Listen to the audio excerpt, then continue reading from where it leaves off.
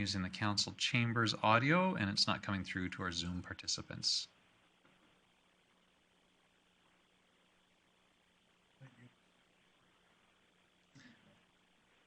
Okay, how about now, everybody? Does that come through? We saw that. Okay, I'm getting awesome and thumbs up. Thank you, everybody. So this is so great. We had everybody helping out from the other end of Zoom, letting us know that we're muted. That's awesome. Thank you. So we'll just do a little bit of a restart there. 5, 4, 3, 2, 1.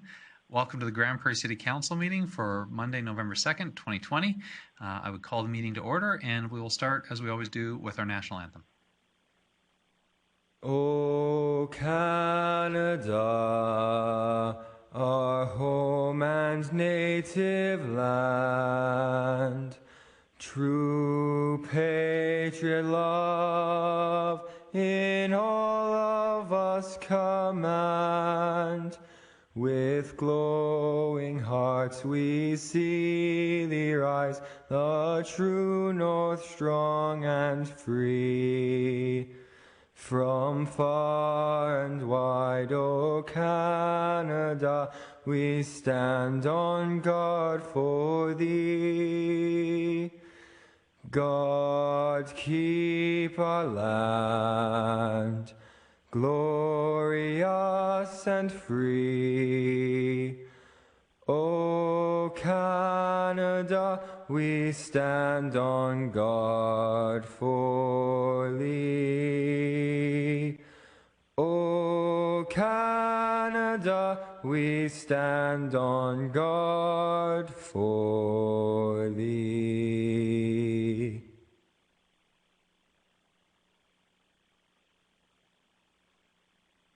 Thank you to the National Film Board for the images of our country, and to an alumni of our very own Grande Prairie Boys Choir for the audio. We'll move into the adoption of previous council meeting minutes. Can I get some motions? We've got about 3 different sets of minutes, so everybody can have a turn. Councillor Thiessen. Thank you, Mayor Given. I would move that council adopt the minutes of the City Council organizational meeting held Monday, October 19th, 2020 as presented. Thanks very much, Councillor Thiessen. Is there any discussion or debate on that set of minutes? Seeing none, then I will call for the vote. Please vote. And Councillor Blackburn, how do you vote? In favor. Thank you. That motion carries unanimously. We'll move on to our next set of minutes. Councillor O'Toole. Thank you very much, Mayor Given. I move the council adopt the minutes of the City Council meeting held Monday, October 19th, 2020 as presented. Okay, thanks very much, Councillor O'Toole. Any errors or omissions that we need to correct in that set of minutes? Again, seeing none, I will call for the vote. Please vote.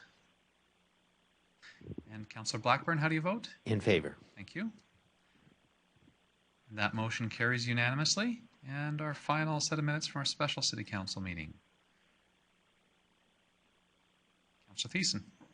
Thank you very much, Mayor Given. I would move that council adopt the minutes of the special City Council meeting held Tuesday, October 27th, 2020 as presented. Thanks very much, Councillor Thiessen. Again, any errors or omissions, things we need to correct before we adopt them? Seeing none, please vote. Thank you. Councillor Blackburn, how do you vote? In favor. Thank you. That motion carries unanimously as well.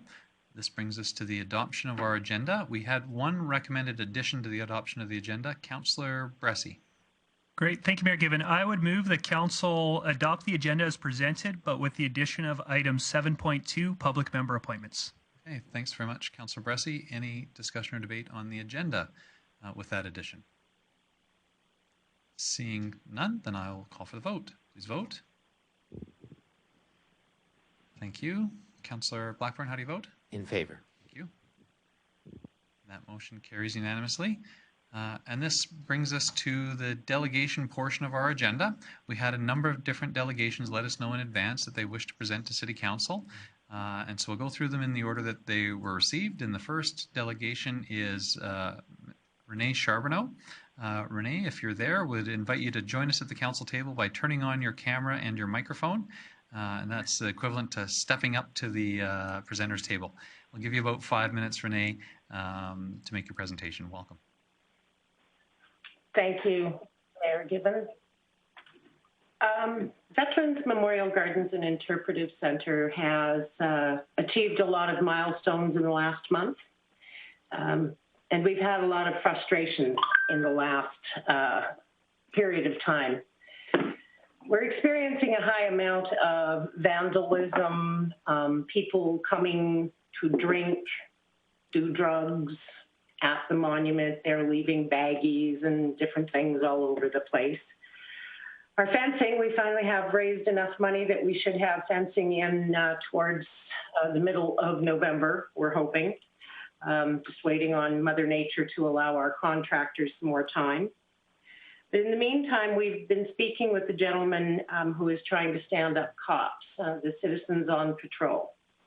And we looked at some different scenarios as an organization, and we've been donated some OSB sheeting as well as floor material. And what we'd like to do is offer them, for the lack of a better word, a guard shack where they could come, warm up, have a cup of coffee, do their paperwork, and that would support Smith, Cobblestone, Hillside, like that whole little region.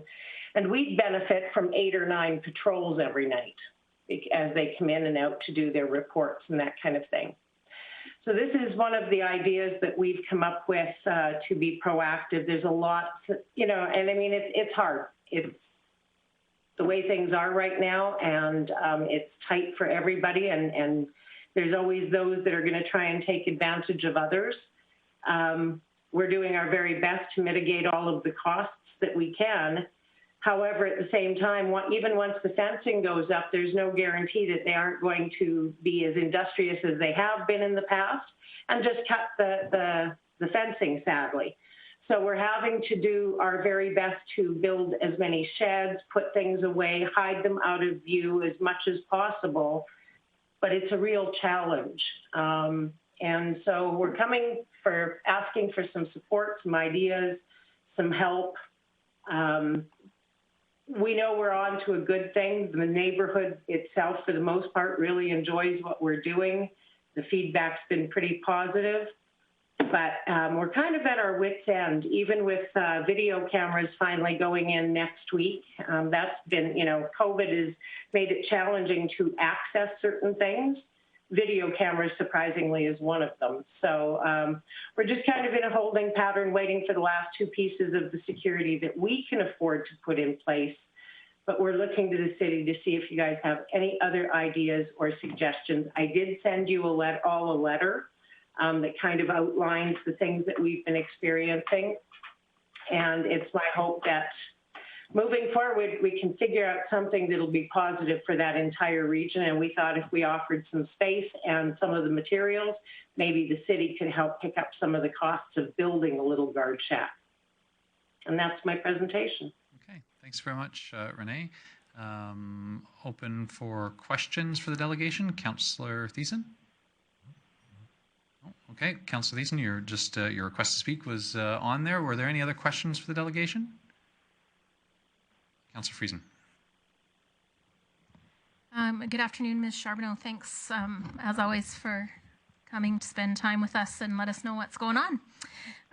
It seems to me in your letter that you're requesting, it seems to me what I'm hearing from you is just requesting support in building a guard shack, and I understood that perhaps there'd be citizens on patrol or something like that, but in your letter you refer to hiring night security. Can you clarify, or is it are those just ideas of what are potentially solutions for you? So we're looking at a couple of scenarios. Again, it comes down to whether or not citizens on patrol is actually able to stand themselves up. And if they are, we'd like to support them because we think it would be beneficial to our association. And if the volunteers had a safe place to come and meet and to have a coffee and that sort of thing, it might encourage more people to join cops.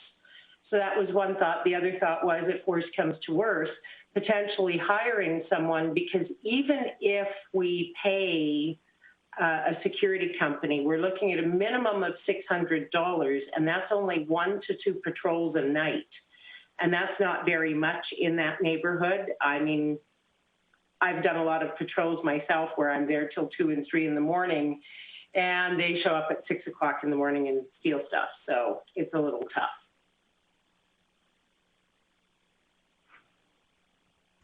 Thank you. Okay, any other questions for the delegation? Okay, I don't see any other questions from the delegation. Thanks, Renee, for your letter and for the presentation here. As you know, you've been to council before. As you know, we deal with delegation business towards the end of our agendas. Thank you again for the presentation. So our next presenters that let us know in advance that they wish to speak to council tonight were representatives from the Grande Prairie Youth Emergency Shelter. I see Tanya. Tanya, welcome. Thank you very much. Thanks for having me in. I think I'll be nice and quick for you. So I'm here about just to give you a bit of an update on our capital. Of course, we came earlier last year, I guess, and asked for support from the city for our capital campaign, which was granted, and thank you for that. Part of that, of course, was also that we were able to raise 75% of our goal by the end of this year. Now, unfortunately, due to COVID, our fundraising and capital campaign has been delayed. So we're now only at about 62%.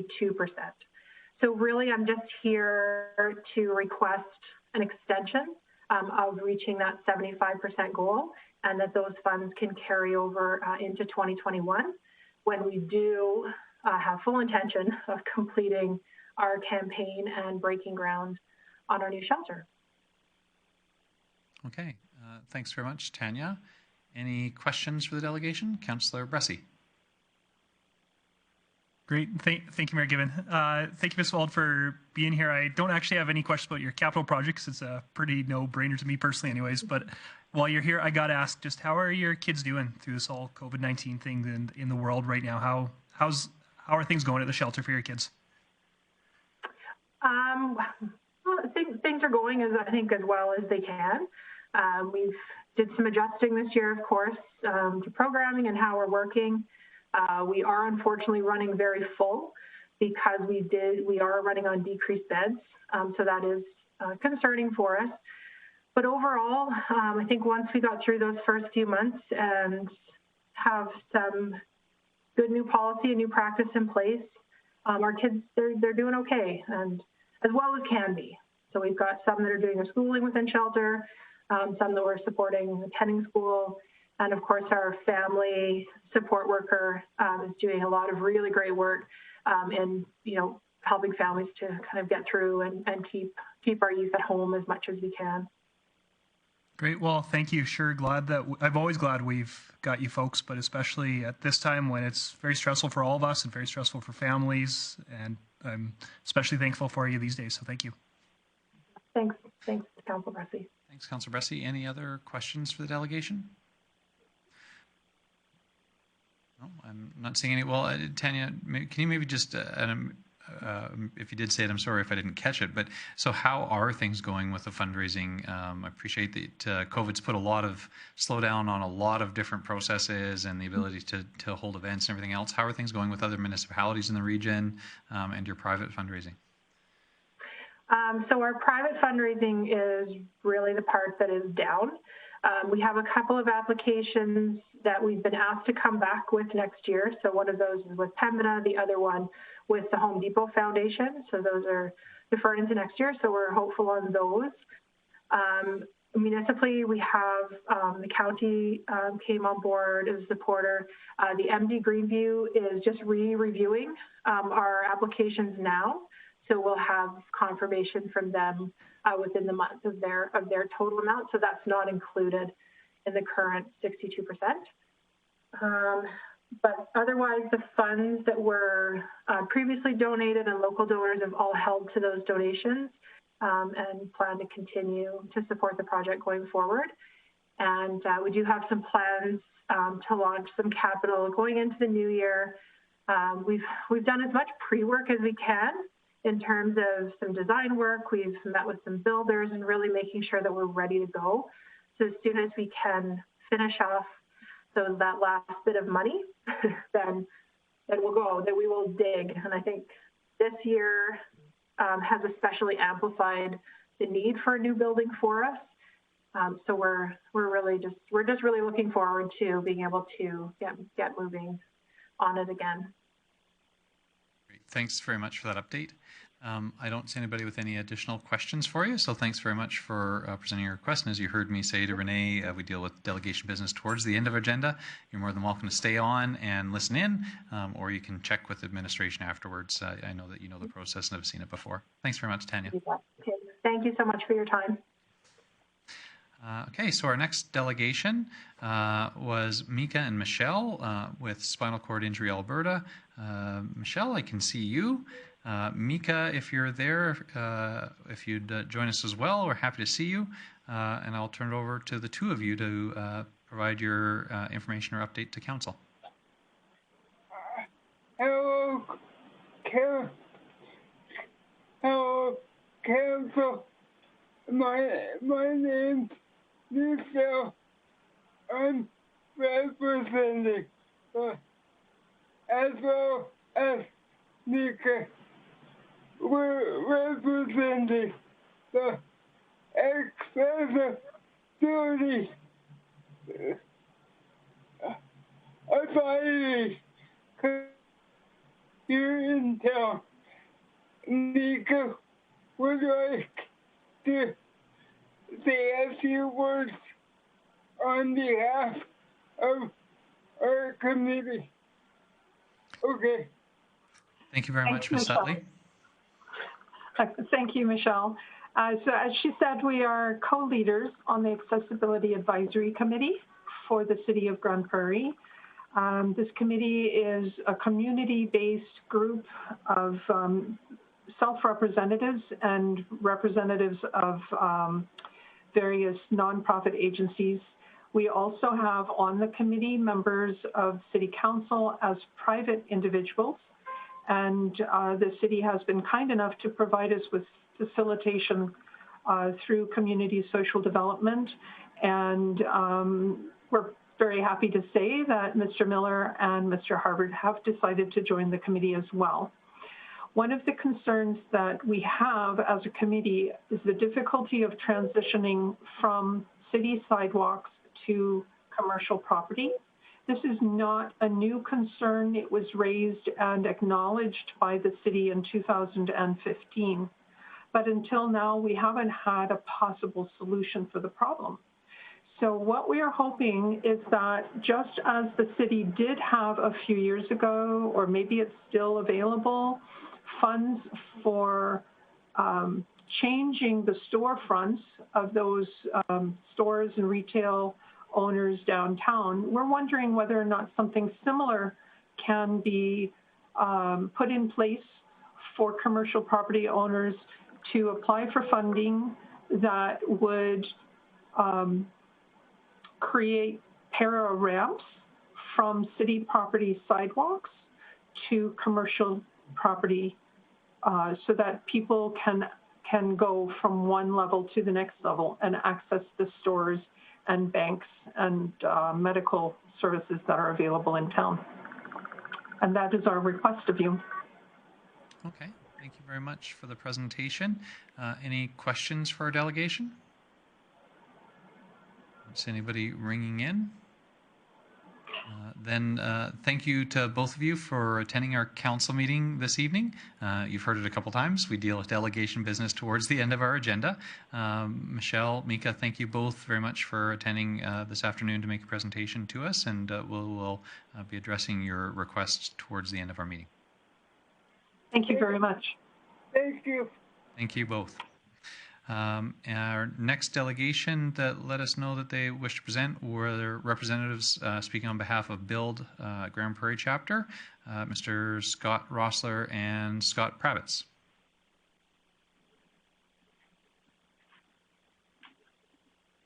Thank you. Can you hear me there? Absolutely. Perfect. no video yet, but so Scott Rossler with Helix Engineering. We also with this as well as Scott Kravitz representing Bill. He's the president of Build Grande Prairie. We presented to committee on Thursday of last week, so I'm trying to keep this a little bit short, but just couldn't remember if every councillor was there. So with the secondary suites amendments that are or committee report that's coming forward today, we just wanted to give a brief overview of sort of what we've got going on there and what our proposal is. So we were requested, like I said, by Bill to put together a proposal that would increase potentially in areas that were acceptable to the city and administration, increase the density of secondary suites and the amount available as far as opportunities within existing neighborhoods and new neighborhoods. We considered input from Build Grande Prairie, administration, and also council.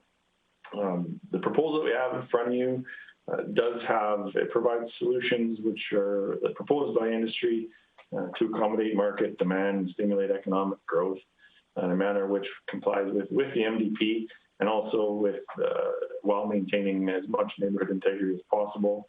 It does this by limiting areas that we are able to grow to places where concerns of secondary suites are not so prevalent, such as areas where there's more available parking on adjacent streets and in those areas. We also wanted it to be very simple to administer, so we spent a lot of time talking to administration, planning and development, engineering to make sure that something that was simple to do. So I think the proposal that we have is in front of you. I'm not going to go into that too much. We did want to talk a little bit about the opportunities that are there. From our understanding, Build, the City Council was looking for in a range of 20% for secondary suites across existing and new developments.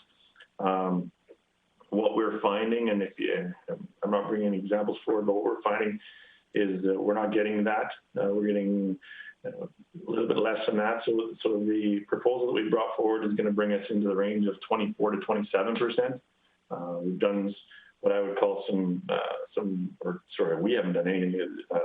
Joe Johnson at Planning has done some models that would show the maximum density that would be available within neighborhoods, and that does bring the secondary suites resulting up to in that 24 to 27% range. So we're very supportive of working with administration. I think we would like to get to a point today where we've kind of gotten the green light from council to go ahead and come up with some regulations and some wording around how to amend the land use bylaw in accordance with the information that we gathered to provide a little bit more opportunity and a bit of a stimulus to currently struggling housing market.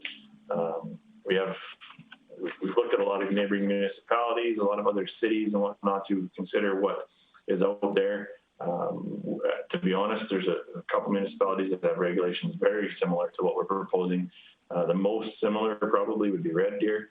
It's exactly the wording that we're kind of using here, where across from lanes, across from municipal reserves, across from flanking lots, things like that. So we're happy to answer questions. I'm going to let Mr. Kravitz add anything if he wants to here, and then it would be available to answer questions if you have any. Great, thanks. Mr. Kravitz, do you have anything to add? Sure, I'll just reiterate a little bit what Scott said and maybe some of the council members that weren't there at the committee meeting or on prior council, but at the council at the time, previous council, felt comfortable with what Scott says was 20% of this kind of product within our neighborhoods. And that's where the bylaw and the policy came into place, was to not exceed that 20%. Now that's 5 years ago. So now we look back at the results of that has been 5%. That was the study that we had done showed that 5% were actually secondary suites. So when you look, I understand it has to be on worst case scenario, but just keep that in mind. And I think the city always has the ability to go back if we see some unintended consequences out of that. But if there are any questions, we're more than welcome to answer. Thank you. Okay, thanks very much. I do see some questions, or at least one to start. Councillor Bressey. Great. Thank you, Mayor Given, and thank you, gentlemen, for speaking to committee and speaking here to answer all the questions we might have. I just had a question about the intent of build in terms of right now, the way our land use bylaw reads, you can only have a maximum of 2 secondary suites in a row. And if we did allow for more secondary suites within a 50-meter radius when you've got a PUL or something like that, would the intention be that you could have, would the intention be that that 2 in a row limit no longer applies? Or is the intention to say, hey, you can have more in that 50-meter radius, but you still can't have any more than 2 in a row? Just kind of what's your thinking on that, and what's the intention of your amendment? We have always been taking the approach of that we want this to work. Like, we don't want mistakes that have happened in the past. So I think our intention was that we would never have that more than 2 in a row. Correct me if I'm wrong, Scott. Yeah, and I think we do have kind of opportunity here to work a little bit with admin. I mean, there's going to be little nuances within the wording that we have. That I thought of another one here this morning as well. So I think we have a very, very solid framework to make this work. But I think the intention would be now to proceed and kind of pin that all down. So I don't, as Mr. Kravitz said, that's not. I don't think we have any concerns with that. And we would that would be the direction that we go. The intention is not to create problems; it's to create opportunity. Great, awesome. Thank you very much. Thank you, Councillor Blackburn. Thank you, Mayor Given. I guess I just want to clarify for my own thinking. If these proposals go through and the bylaw is changed, are we primarily looking at being able to put those into effect in new developments, or are there some situations within our existing developments where additional suites may end up being developed?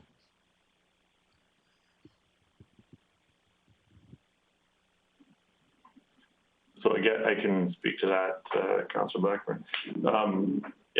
The intention for this is, I mean, obviously it's driven by Build Grande Prairie, so it's definitely more geared towards new developments, but it is a City of Grande Prairie bylaw, so it would provide opportunity for redevelopment plans in areas such as that. If they were to come forward, I mean, the city would administer that, in my assumption anyways, in the same way that they do a new neighborhood. So it's being driven by the developers and home builders of the region. However, it would apply to anyone that wanted to make an application. Okay, thanks, Councillor Blackburn. Any other questions for the delegation? I don't see any additional. So, gentlemen, thanks for making yourselves available to answer some questions for us and make a presentation. Obviously, this is dealt with later on in our agenda, and so you're more than welcome to stay on Zoom and listen in on the background if you'd like to, or you can watch our social media feed to see what council decides when we get to that agenda item. I believe that was all of the delegations that had intended to present to us this afternoon. And if I am correct in that, if there wasn't anybody else that was waiting with a desire to speak to council, then we will move on. We'll move on to item number 6 and unfinished business. We have item 6.1, Land Use Bylaw Amendment C1260-126.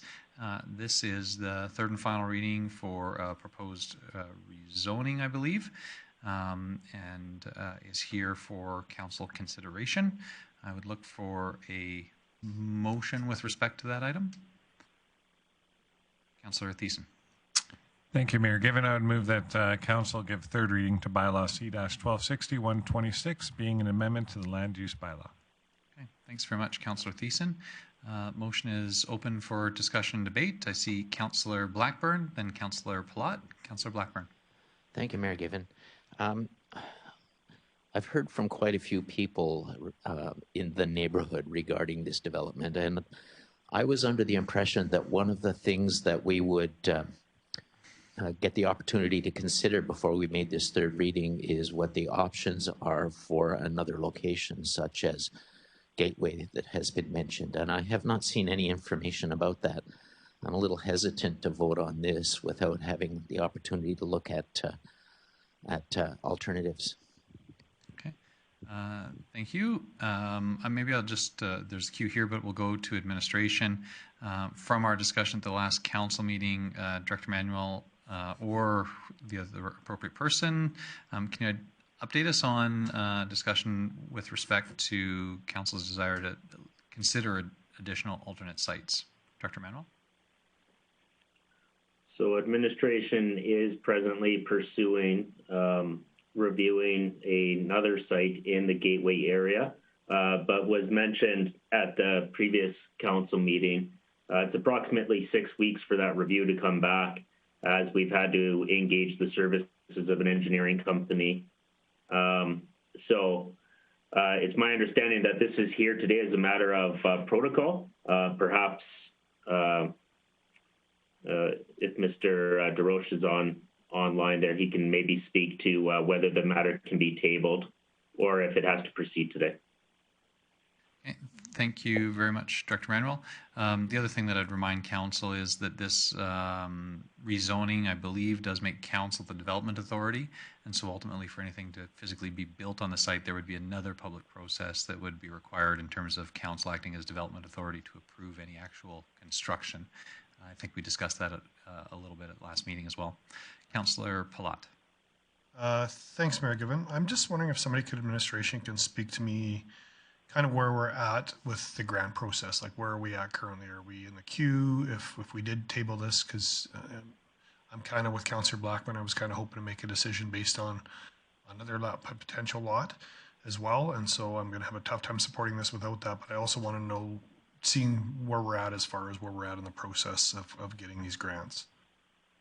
Director Manuel? So, in short, without a approved zoning for a project, we're unable to submit an application forward on the grant project. The deadline for submissions is December 31st. So we're kind of at a stalemate. We're not in a great position to proceed until we designate land.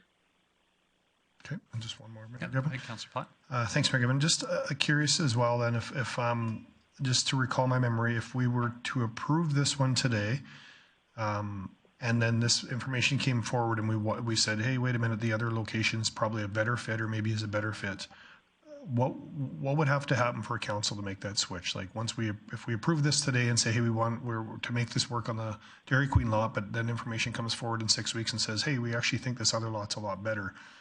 What's our recourse on that? Director Manuel? So, as the mayor had indicated, council remains the development authority for this parcel of land. So, frankly, today does not mean a project will be built on this parcel. It simply means that we would be in a position to meet the requirement of having zoned land to submit a project forward for. Ultimately, if an alternative site such as Gateway was to receive zoning approval and shift over there, in theory, nothing could potentially ever be built on this parcel related to social housing unless directed by council. Just to clarify, Director Manuel, I think, Councillor Platt, I'm interpreting your question a little bit, but is it administration's view that we would have ability to transfer any funds that were received from site to site? Like if we submitted an application utilizing the zoned land principle on the quote-unquote Dairy Queen site, is administration confident that we would be able to transfer any funds received to a build on a Gateway site? It's not without risk, but I'm more confident in our ability to do that than not to submit a proposal at all and lose the window of opportunity. Okay, thank you. I've got Councillor Bressey, Councillor Friesen, then Councillor Blackburn. Great, thank you. I've just got two more questions about grant process. One is, so you said there's a deadline of December 31st. Am I also recalling correctly, though, that it's a first come, first serve grant, and once the money's spoken for, it's spoken for, or am I wrong in that understanding? So what's happened is it was a $1 billion federal rapid housing initiative.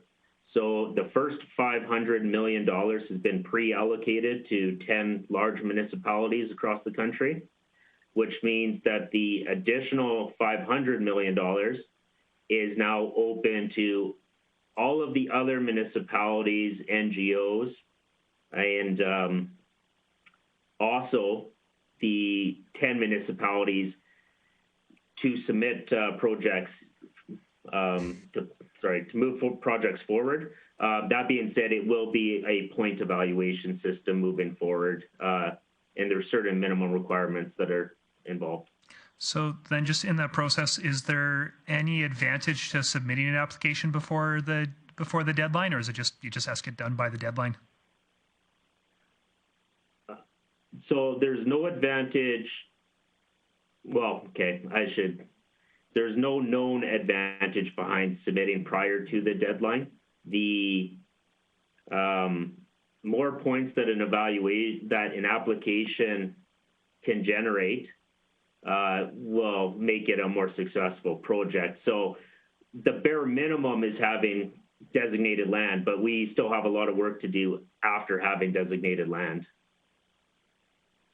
Right, and then how much of that, after you have designated land, how much of that work that you still need to do is tied to the land itself, and how much is that tied to just the fact that we're doing a project? I don't know all your workflow, but what I'd assume is there's some work associated with here's the physical land, here's what the actual building looks like, and I know that would probably be tied to the very site specific, but I'd also assume that there'd be some work such as, all right, how are we actually to staff this building? What will be the actual operational look at this property? And I just don't know how much of what kind of work goes into a grant application. No, that's fair. So on the operational side, the work's going to be the same. So that's positive. And on the actual physical building design, we're actually looking to do two parallel processes. So we would have alternatives to basically present at the same time. Great, thank you. Councillor Friesen, then Councillor Blackburn, and then Councillor O'Toole. Councillor Friesen. I'm actually satisfied between Councillors Pilat and Bressey. My questions have been answered. Thank you. Thanks, Councillor Friesen. Councillor Blackburn. Thank you, Mayor Given. Director Manuel, you mentioned that transferring the funds that we've applied for, if we're successful in getting them from one location to another, might be risky. I'm still a little concerned about whether or not we really do have the ability or can afford to move the project from one site to another. Can you elaborate a little more on what you mean by risky? Well, ultimately, if we have a concluded project, whether it's this site or another site, as of December 31st, there's no risk because we'll put forward the project in its entirety at the deadline. The risk would come if in January we submitted the Avondale site and in February, or sorry, I guess December 31st, we submit the Avondale site, and in March, we decide that we're going to move it to Gateway, for instance. I don't know what the response to that would be. Some projects are more flexible than others. There's nothing specifically outlined in this application, but the intent is rapid housing. If I may just follow up to that. Thank you for your answer. Makes it a little more clear for me. I know we're committed to having supportive housing in our community. If we're unable to, if we're not successful at getting the grant, or if there is some issue with actually getting the money, depending on what our further decisions might be. Are we going to build anyway? I guess is my question. And is there some consideration for that in our capital plan for our budget deliberations? Thank you. So to answer the question about a planning and budget deliberation, the answer is no, there's no funding within your budget deliberations that are going to make it financially viable to build this. That being said, there is other mechanisms to follow, such as debt financing and potential partnerships with perhaps the province, but those are not readily identified at the moment. Okay, thank you. Councillor O'Toole. Thank you, Mayor Given. I was just wondering if you could give me some clarification on the social housing that's proposed for 105th Avenue. I know what we would like to have in there, but when you said that there's an opportunity to not necessarily, if this doesn't go through tonight, what are the other opportunities for social housing in there? Can you describe them for the type of people that would be there in the future? Sorry, Councillor, are you referring to is if this facility was built as described today? For today, and then if it doesn't go today and we propose something else in the near future. You said we would have this for social housing. Can you describe the different categories of residents that would live there? So for the Avondale site, under the supportive housing model, which is proposed right now, you're talking high acuity, medium to high acuity individuals that require more or less medical support to make their way to live independently, I suppose. And even then, it's not truly independent. It's that they require the on-site supports to manage their day-to-day activities and those sorts of things. They will come with mental health, and some of them will have likely had some addictions issues as well. If it doesn't pass, I just got a note here. If rezoning isn't approved, we could develop affordable housing up to an 8-unit apartment building under the current zoning. Anything other than that would require rezoning. Okay, so if it passes today for the rezoning, but we don't want this facility built there, what would we be able to build there in the future? On this particular piece of land, yes, we could build up to an 8-unit apartment building. Okay. And that would be, or we'd have to rezone. And that would be adequate for social housing? That wouldn't be social housing. Affordable housing, sorry, I should clarify. So affordable housing is defined by essentially people requiring either rent supplements or they need housing costs to be lowered so it doesn't exceed a certain threshold of their income. Doesn't mean that they necessarily have any developmental disabilities, any mental disabilities, any addictions issues, those sorts of things. So anything supportive housing wise is going to require a rezoning application to come forward. Okay. So what I'm trying to get at is, say we decide today to move forward and pass this today, but council's desire is not to have this location for the original stated facility. We would still have, and we wanted to go through the rezoning, okay, and it passes. We could have people in there that would be single parents or something like that in there.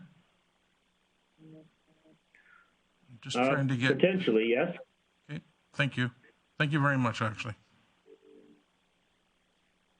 Okay, Councillor Pilat. Thanks, Margo. And just another question for administration. I'm sure we're all spend a lot more time around this area than we normally have. I know the Max has become my new coffee spot for when I get a coffee, but can administrations let me know between 100th Ave and 108th Ave and 100th Street and 102nd Street in that corridor, does the city own any other tracts of land other than just PULs? Or just, is there any other opportunities in there for where we own land?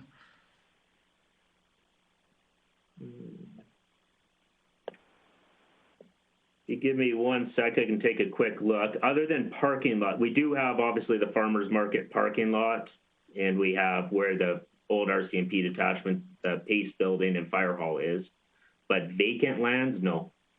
Okay. And just one other question that I think you mentioned earlier, that we have to have the application in by December 31st. So I'm just wondering if there was a motion to table, which I'm strongly considering looking at doing, till December 14th, would that give administration enough time to still be able to put an application in once we have a better understanding of our gateway lot?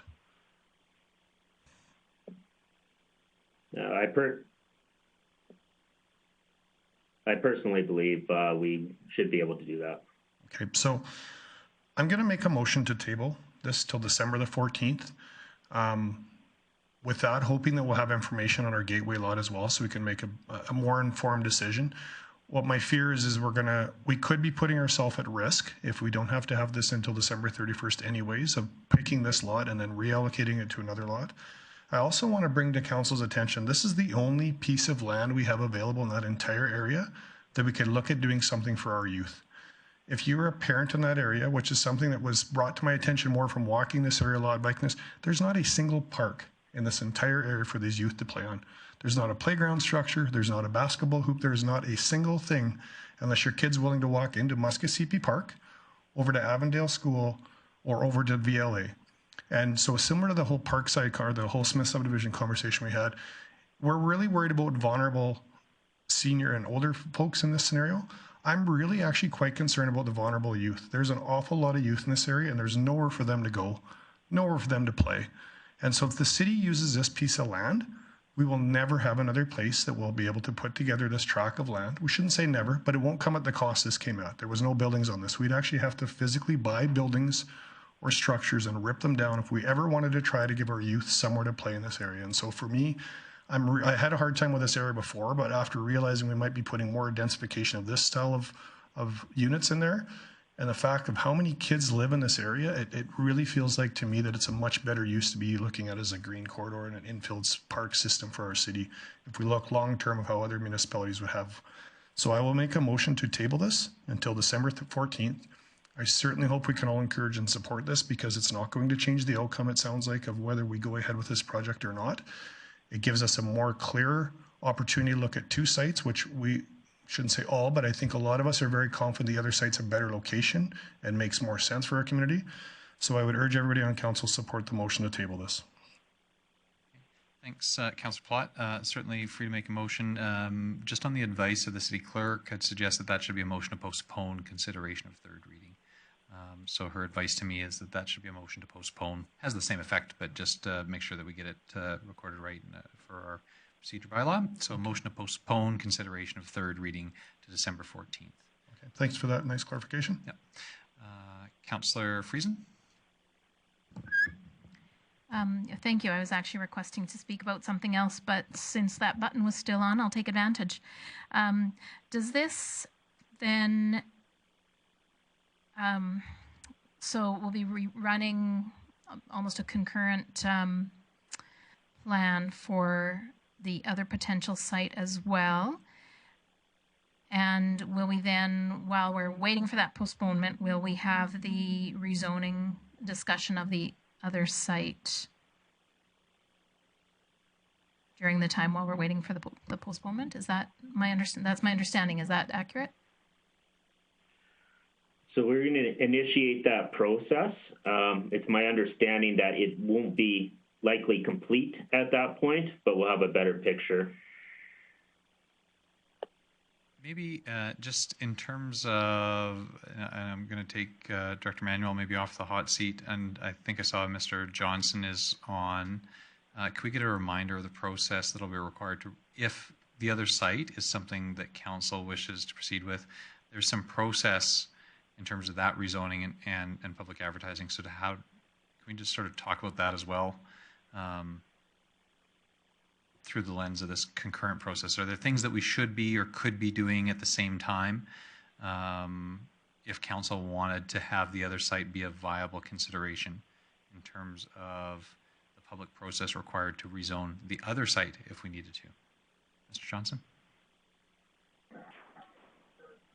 Okay, thank you, Mayor Given. So, sorry, just off the top of my head, I was trying to do a few things at once, and so I didn't catch the entire conversation. But I understand that you're wondering about the rezoning process for the Gateway site, and assuming that it would be going to direct control, it's much like any other rezoning in that we have public consultation requirements, so similar to what was done for this site.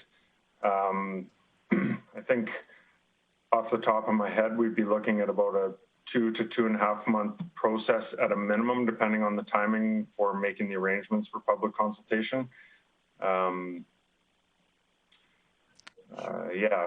sorry if I missed. Yeah, no, and Director Manuel may have more on the public consultation, but just in terms of advertising for a land use bylaw amendment for rezoning, there's requirements around how long that's posted for. Can you just remind us of those? Sure. There's advertisements in the newspaper, posting signs on the property. Those run concurrently, and that typically takes, I think the requirement is about, all told, it equates to about 3 weeks. And then letters are also sent to adjacent property owners. But again, with this one, given that it's in change to direct control with the public consultation requirement, the public consultation will be done in advance of those notifications. So, yeah, between the two, there'd be everyone would be informed well in advance. Okay, thanks very much, Mr. Johnson. Director Manuel, did you have anything additional to add to that? I know that you had discussed plans for starting the public consultation sort of immediately after our last council meeting. Do you have any updates or information that council should know about that process? Yeah, certainly. So there was discussion that while the design piece was occurring, that the communications public engagement plan would proceed in its preparation. So it's not as though administration's waiting for the design to come back before we do the public consultation. Okay, thank you. Councillor Bressey. Yeah, thank you, Mayor Given. I'll probably support this motion to postpone, but here are my two hesitations. My two hesitations are, well, I guess kind of the same hesitation. It's make a decision on December 14th. I'm nervous about because it's 11 days before Christmas, and I'm nervous about what that means for the people in Westgate, where it really seems to me that that's going to be the date that we're deciding, all right, are we going with one or are we going with the other? And I think that the people in Avondale and VLA have had a lot of warning, a lot of heads up about this. We all know that they've had ample opportunity to make their voices heard because we've all heard their voices. I just want to express nervousness about this process and if Westgate's going to get that same opportunity. So it's something that I do support this, but I do have some worries about, and I'm trusting administration that they'll do the best job possible involving the Westgate folks. At the same time, it is just something I want to flag that we're aware of, and I hope we're doing a really good job ourselves of listening to those people in Westgate and working our political connections to let people know, hey, this is a conversation you want to be involved in, because yeah, I'm worried about it. At the same time, I understand that we're on a tight timeline with this federal grant, and that's unfortunate. Maybe this is just the situation, the hand we have to deal with, but that's just a flag that I want to raise with this. Okay, thanks, Councillor Bressey. Councillor Friesen. Thank you. I maybe have a finer point to put on what I was getting at earlier, and that is if we postpone this bylaw reading until the 15th, And what I heard from Mr. Johnson was that it'll take 2 to 2.5 months to get the rezoning, to get all of the public notification and everything done such that the rezoning for Gateway can come before council. That's after the December 31st deadline. So if we wait until December 15th and then vote on this, are we at risk of, I mean, if we're going to defeat it then and not be able to proceed with Gateway because it's past the deadline, have we lost the opportunity? Does that make sense, Mr. Johnson or Mr. Manuel, Director Manuel?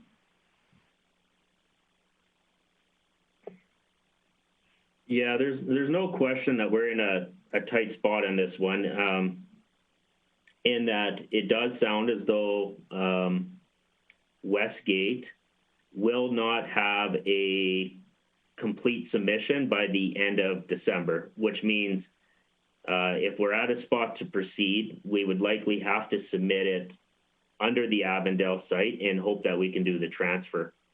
And then ultimately, if funding's not approved, it's not approved. Thank you. With that, then I will not support this motion. Okay, thanks, Councillor Friesen. I'll just enter the debate to say that I also won't support the motion to postpone. I appreciate the intent. I also continue to be open to considering additional sites and think we should continue the work on an additional site. But I don't believe that we should cut off the opportunity to advance the overall application utilizing the fact that this site has been rezoned. I appreciate that council, wants to ensure they're doing due diligence and listening to the communities. Councillor Bressey raises an important point. We may be creating a situation where the only option is to not listen to another community and shove it in, do a development there without giving them the same respect that another community has received. This is a difficult decision. It just is. And I think Councillor Bressey said this might just be the hand that we've been dealt, and I think it is. In terms of confidence for the members of the public and for council, I would remind everybody again that council is the development authority, and no construction can proceed on the site without another public process where the neighborhood would have another opportunity to come forward. And so if council members are concerned about passing third reading tonight, and something getting built on that site, without more public consultation or without council having another say to control that can't happen. Before anything got built on that site, it would have to come back to council. And so we would have full opportunity to ensure that administration explored every chance to move that development somewhere else if another site is actually viable, which we don't know that yet. We're all speculating, right? So my recommendation, my part of the debate, I guess, would be to encourage council to support, to defeat the motion to postpone, to support third reading, and continue to support administration considering an alternate site. And we should be able to do that with the knowledge that the residents in the Avondale area need not fear that it means that a building will be built, because council still has a number of public process steps that we'd have to go through, and council has committed and directed our administration to investigating the additional site. So it is the hand we've been dealt. I think that this gives us the best chance for success and moving forward without sort of missing those opportunities that are in front of us. So I would encourage council not to support the motion to postpone and to support the motion for third reading when we get back there. Councillor Pilat, I see you in the queue. I'm going to come to you to close on postpone, okay? Councillor O'Toole. Thank you very much, Mayor Given. I asked those questions to say so I could have a definite answer. I do want this piece of land used for social housing. I am not in favor of the proposed site for the proposed purpose. So I will probably vote, I'm going to vote in favor if it goes through I hope this motion doesn't go through of a vote to postpone, but to go ahead with the third reading, but I will not take it any further on this piece of land. I will vote against it when it comes back to council for any other, for this proposal of the housing that was originally prescribed for. I am definitely 100% behind moving it to the west end, and that's where my support will go. Thank you. Thanks, Councillor O'Toole. Councillor Blackburn, then Councillor Bressey, then Councillor Thiessen. Thank you, Mayor Given. For the most part, you took the words out of my mouth, and I appreciate what you had to say. I'd just like to reiterate that I appreciate Councillor Pilat's motion because of the concerns that our residents have about the potential for this development to go ahead. But I'm also convinced that there are lots of reasons why we should do the rezoning and then choose a different site at a later time without the residents fearing that that this is now a done deal. What I'm concerned about is that we are certainly interested in supportive housing in our community, and we've identified a real need, and I think that that we're struggling with ways to actually respond to the concern. And so if we can afford that housing better because we've been successful at making an application for federal funds, then I think we need to be able to facilitate the application. And so I would not be in support of the postponement, and I would be in support of the rezoning, knowing that that doesn't make it a done deal, and that I hope that the residents of the area would recognize that that this is only an intermediate step. Thank you. Okay, thanks, Councillor Blackburn. Councillor Bressey, then Councillor Thiessen. Great, thank you. I've actually got a question for administration just so that I can weigh the implications of my vote on this. Is my understanding correct that if this motion fails and we have a vote tonight on third reading and that motion fails as well, then this process is dead for 6 months? Is my understanding on that correct? Mr. Johnson? Thank you, Mayor Given. That's correct. Great, thank you. Councillor Thiessen. Thank you very much, Mayor Given. Yeah, no, I'm going to. Sorry, Wade. I was almost going to support your motion because I thought even though it's tight to timeline, we can still get it done. But I need to have a little bit more surety, and I can't look at a multi-million-dollar gift horse in the mouth that could potentially be coming our way if we got all of our eggs in our baskets and ready to go as far as funding from the province. The things about rezoning this property that I think would be foolhardy for us to postpone and then not pass this is we're just changing the zoning of the area. After that, if it becomes supportive housing or a medical model as is being proposed, or a park as Councillor Pilat brought up, or even another activity center, it's a direct control district that I think would fall under the purview of council for placing something within there.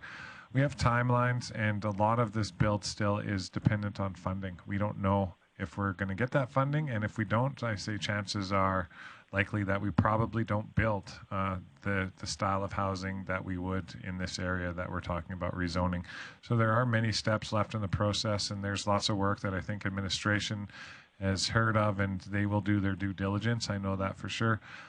So I have utmost confidence in that. I just don't want council to be the one that sort of ties the hands and the feet of our administration being able to take care of the needs of our people, regardless of where it has to go. This is just a quick rezoning, and I think it's simple. It's a bit concerning for the people in the VLA, and we've seen that.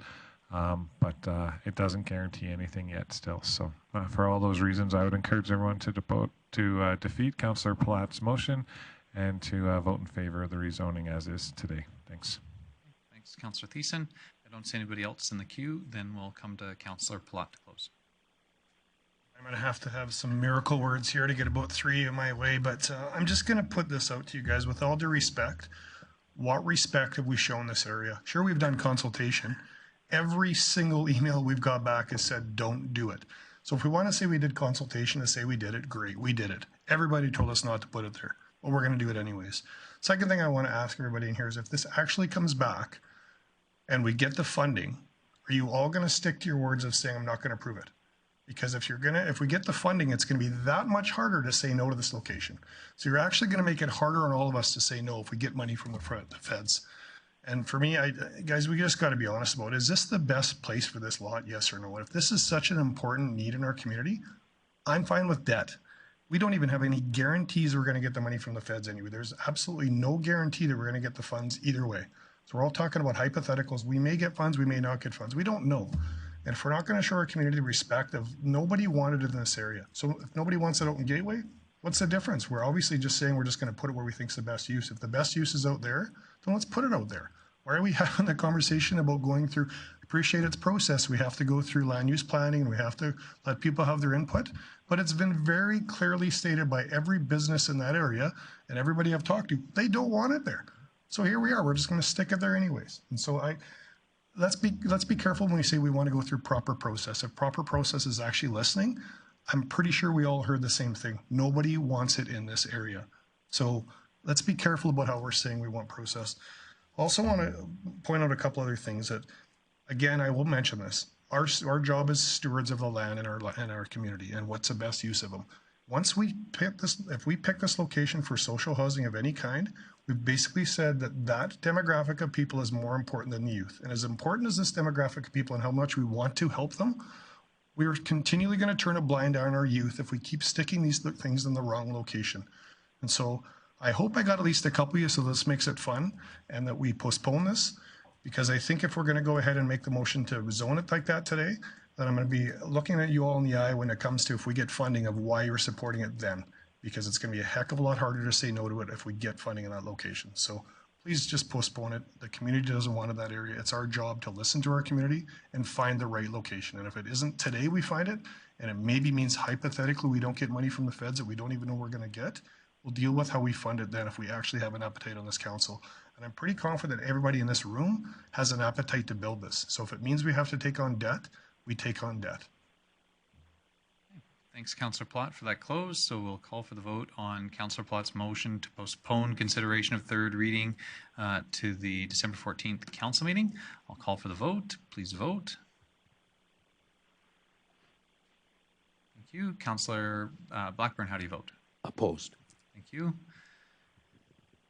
And that motion does not carry with 5 members opposed and 3 in favor.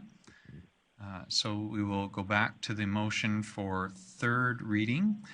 Councillor Bressey. Great. Thank you, Mayor Given. Just a question for administration. I'm just trying to figure out if this does pass, what the next process looks like in terms of maybe it's dependent on funding, so maybe this is unknowable, but what's the anticipated timeline till we'd see a development permit come back to council? And what would be, and has there been any conversation or thought yet about what the community involvement would be in the meantime as future plans and more details get fleshed out for that development permit? Sure. I suppose that'd probably be for Director Manuel with respect to timelines around a development permit. Director Manuel? So certainly a development permit wouldn't come forward until we've actually done a detailed design for the build. So that would be subject to the whole funding component of this this project. And then when a development permit came forward, just are there plans? Has there been any conversation yet about involvement of the community? If there's going to be any further public consultation between now and development permit, or have we done the public consultation that so far administration's picturing we do? No, certainly So February at the soonest, I'm told, would be the development permit. And we'd also be doing development of what we call our community good neighbor agreement. And as part of that, there'd likely be some opportunity to provide feedback as to features people would like to see in such a facility, such as, you know, certain screening and aesthetics and those sorts of things. If I may, Councillor Bressey. Yeah, so it's good to hear that agreement's being made. But who's the other party of that agreement? Who would you be talking to draft an agreement and come up with an agreement? That would usually encompass like the direct neighbors and neighborhood associations, those sorts of groups. Okay, great. So what I'm hearing is there'd be opportunity for them to say, even if they don't support it right now, to say, if there were things that were in there that if they could be put in that could maybe help them support it, they'd have an opportunity to say, hey, these are the things that would help us support it, or they'd have an opportunity to say, hey, we still don't support it, but at the very least, please make sure this is included in the build and programming. They'd have an opportunity to do that, if I'm understanding correctly. Yeah, absolutely. I think there's still plenty of opportunity to solicit feedback around those components. Great, thank you. Councillor Blackburn, and then Councillor Clayton. Councillor Blackburn. Thank you, Mayor Given. I wanted to respond a little bit to the passionate plea from Councillor Pilat for postponing this and for ensuring that we listen to the residents about the fact that nobody wants this in that location.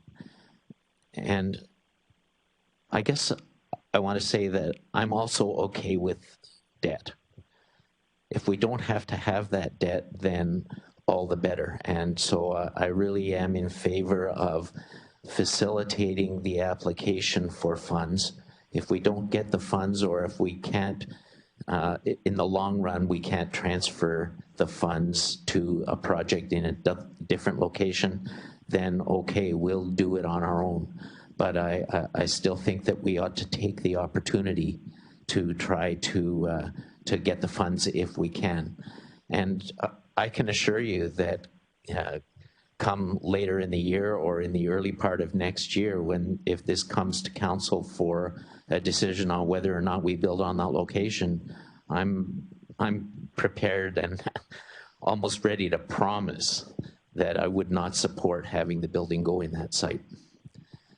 Thank you. Okay, thanks, Councillor Blackburn. Councillor Clayton, you came out of the queue, and so you're going to have to turn your microphone on now yourself, because other queue members fill up once you take yourself out of the queue. I'm also prepared to wait if you'd prefer. No, go ahead. Thanks, Mayor Given. I echo some of the sentiment of Councillor Blackburn. However, my concern is that when push comes to shove, people will put it on this site because they're concerned about taking on debt. So for me, is a medical model a need in our community? Yes, but I just can't take that risk, and therefore I can't support the location as proposed. Thanks. Okay, thanks, Councillor Clayton. Councillor Friesen. Thank you. I would like to respond to Councillor Pilat's suggestion that to do this makes us means that we're considering vulnerable homeless residents of Grande Prairie as more important than youth. At that location, youth does have Muskogee Park within 2 blocks and Avondale School within about 4 blocks.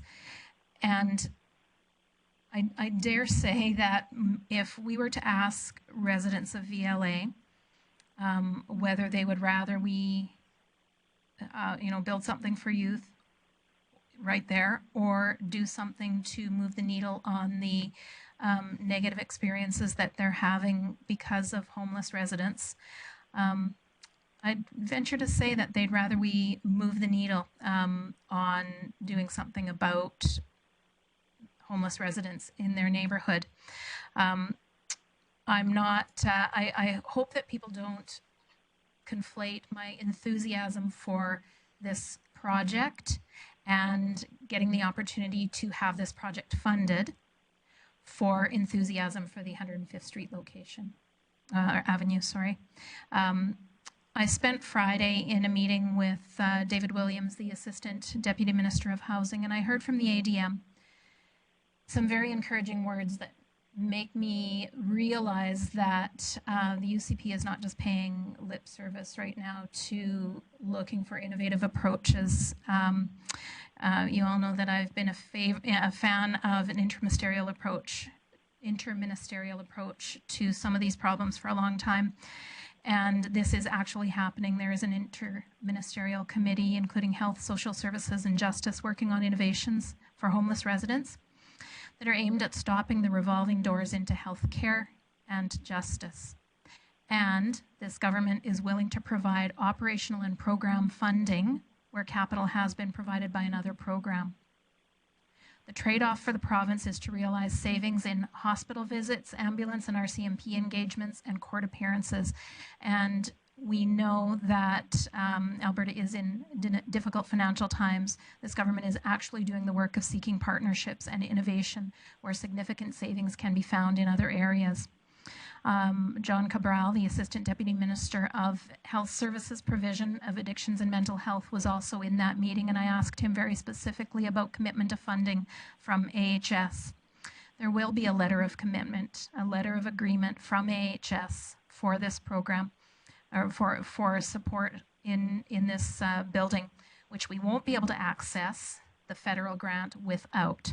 So I've heard a number of concerns from residents that, you know, what happens if we build this building and then there is no support? The fact is we will not be able to provide the submission to the federal government to get the funding without commitment from AHS. So that's not a concern. The significant savings have been evidenced by Ambrose Place in Edmonton, and our province has no choice but to reduce some of our biggest provincial spends by providing supportive housing to our vulnerable residents. Speaking of Ambrose Place, also Scott McKean, councillor for Macaulay, Boyle and Rossdale, was in that meeting. Rossdale, may I remind you, also includes Camp Pikawaywen, which is a tent facility, a tented site with over 170 tent homes. They're being relocated starting today, I believe. He mentioned, Councillor Scott McKean mentioned that right now in Edmonton, on a monthly basis, over 180 people are becoming homeless. So this is not a VLA problem. It's not an Avondale problem. It's not a downtown Grande Prairie problem. In fact, this is a problem across our province and indeed throughout the country. We've heard that we're not only competing with other cities for rapid housing dollars, there are also nonprofits that are seeking funding from this source, such as we heard specifically from the Youth Emergency Shelter just earlier in this meeting. This is a finite first come, first served fund. Opportunities like this do not come up very often. And I have heard, to a person, I've heard my colleagues express support for this model of housing. And I appreciate that some of you are willing to go into debt to fund this model of housing. And whether it's for a new build or I've heard some others talk about a purchase and reno. But should we miss the opportunity for a significant capital grant like this because we were afraid to make a rezoning over which we still have full control before development occurs? I would be incredibly disappointed, and I hope that the residents of Grande Prairie understand the importance of moving forward on this today so that we can get a project like this built to help some of our most vulnerable homeless residents of Grande Prairie. Thank you. Thanks, Councillor Friesen. Councillor Pilat. Thanks, Mayor Gibbon, and thanks for the few folks that made the comments back on my thing. I do want to challenge you when you drive home, though, to be honest about whether you would let your kid under 9 years old walk into Muskogee Park away from your home in that area, and be truly honest about whether you, as your kid or your grandkid, if there was no park in that area, you would actually let them walk to Muskogee Park on their own by themselves. And I think we'd all be pretty honest that we probably wouldn't. So I still want to safeguard this piece of land. I simply just can't support this. This location just doesn't work for me. I don't care how we go back and forth around it. Location's not the right one. I appreciate administration's trying to find a home for this. But to Councillor Friesen's point, the homelessness problem isn't going away, and probably neither is the funding. If the province and the feds think this is such a big thing, they're not going to do, oh boy, it's 2020, here's a bunch of funding.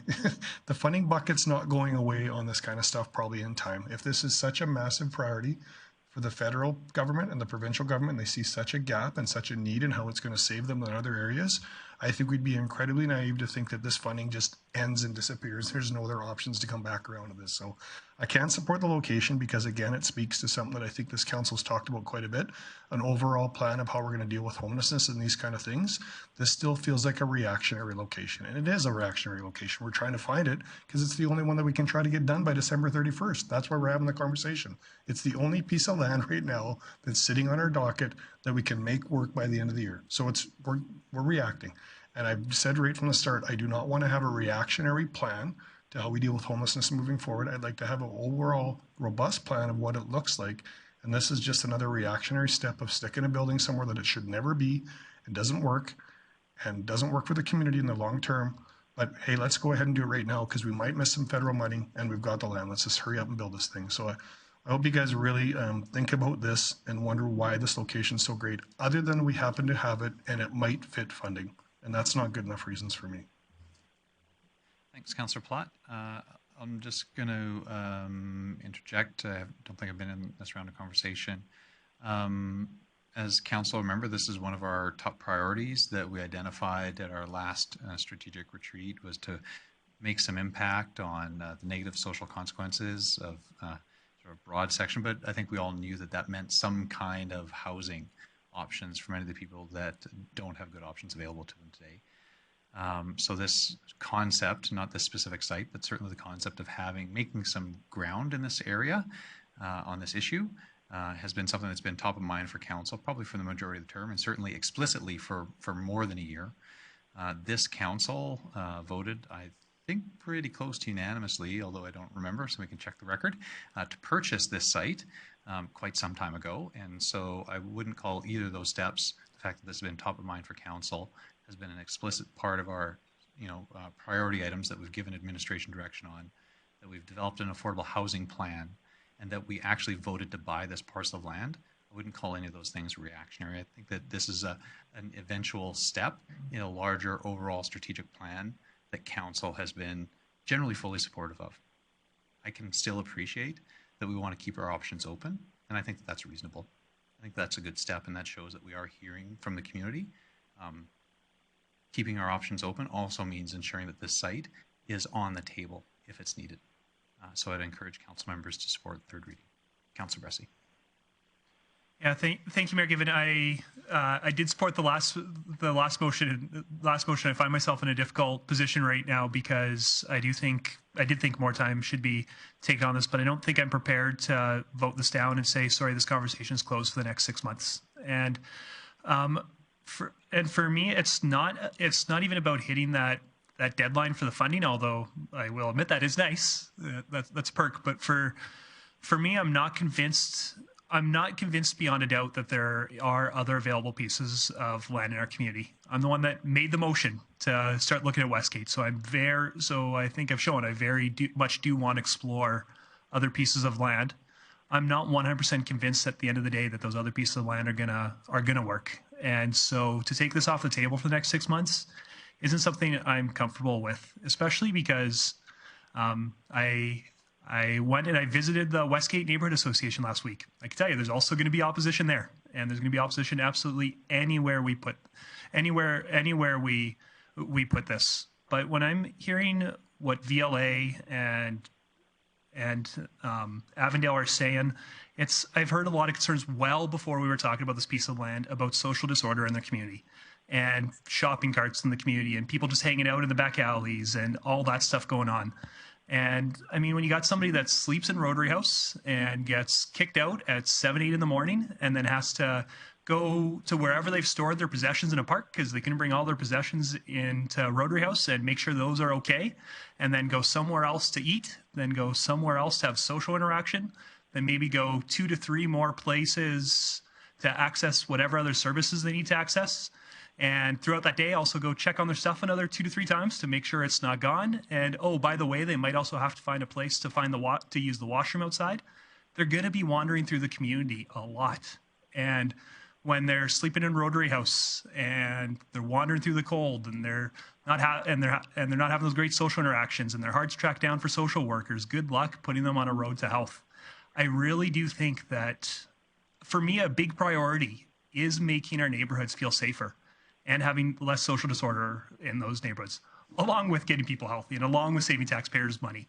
But a big thing for me is making our streets more welcoming for everybody. And if you've got a solution other than supportive housing, please throw it my way, because I haven't heard one.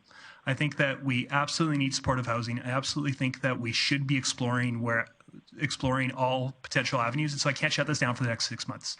That being said, I still actually am skeptical of this location. When we agreed to purchase it, I think I said, you know what, I'm okay banking our money there, but I'm not sure if this is the kind of housing it's gonna be there. I'm skeptical of. I've shared that I'm skeptical just in its proximity. I really think it's fair enough for VLA to say, hey, there's already one going on here, one on another border. That's concerning to us. I'd like to see it go further away from Rotary House if it can. It's not an ideal location to me, but I'm prepared to keep the option open in case other pieces of land don't. And also, there's just so many unknowns right now. We don't know how many units are going to be proposed for it, what kind of on-site service there's going to be, what kind of commitment there's going to be to social work and healthcare, what that good neighborhood agreement's going to look like. I don't even know at this point if it's going to fall underneath the Residential Tenancy Act, which makes it very difficult to move on clients if they're an issue, or if it's going to fall under another act, which makes it easier to move on clients if they become a concern in the neighborhood. There's so many unknowns. And I'm okay. And even though I'm skeptical of this location, I'm okay saying, no, we're going to keep this open and we're going to start doing the work, figuring out what this looks like. Just the last thing that I do feel I need to push back on, because I really found I've heard a few people suggest this and I find it troubling, is I can tell you that other than Councillor O'Toole to my left, I'm probably the councillor most involved in Avondale. And I can also tell you that I've knocked on every single door in VLA. I have never heard a single person in either one of those communities say, you know what we really need? We really need another outdoor amenity for our youth. I've never heard that said until this conversation came up. And so I do resent that being used as a reason not to support this project. I really do think that that's just looking for reasons to speak against it, not a legitimate need that I've heard in that community. And my apologies if I'm wrong, but as somebody very involved in Avondale that's knocked on every door in VLA, I've never heard that suggestion before. Now, sure, everybody would love another outdoor amenity. I don't think anybody would complain about getting another outdoor space in your community, but I've never heard somebody in those communities say that that was a priority for them in their communities. I have heard very, very, very clearly that they want to have less social disorder on their streets. And also I've heard from everywhere that they want to spend less tax dollars. I think supportive housing does that. I think that we don't set ourselves up to deliver on those priorities if we take this off the table completely for 6 months. So I think that I'm in support of this motion, even though I'm still skeptical of that development permit phase. Okay, thanks, Councillor Bressey. Councillor Thiessen. Thank you very much, Mayor. Given if there's no one else in the queue, I guess this is no?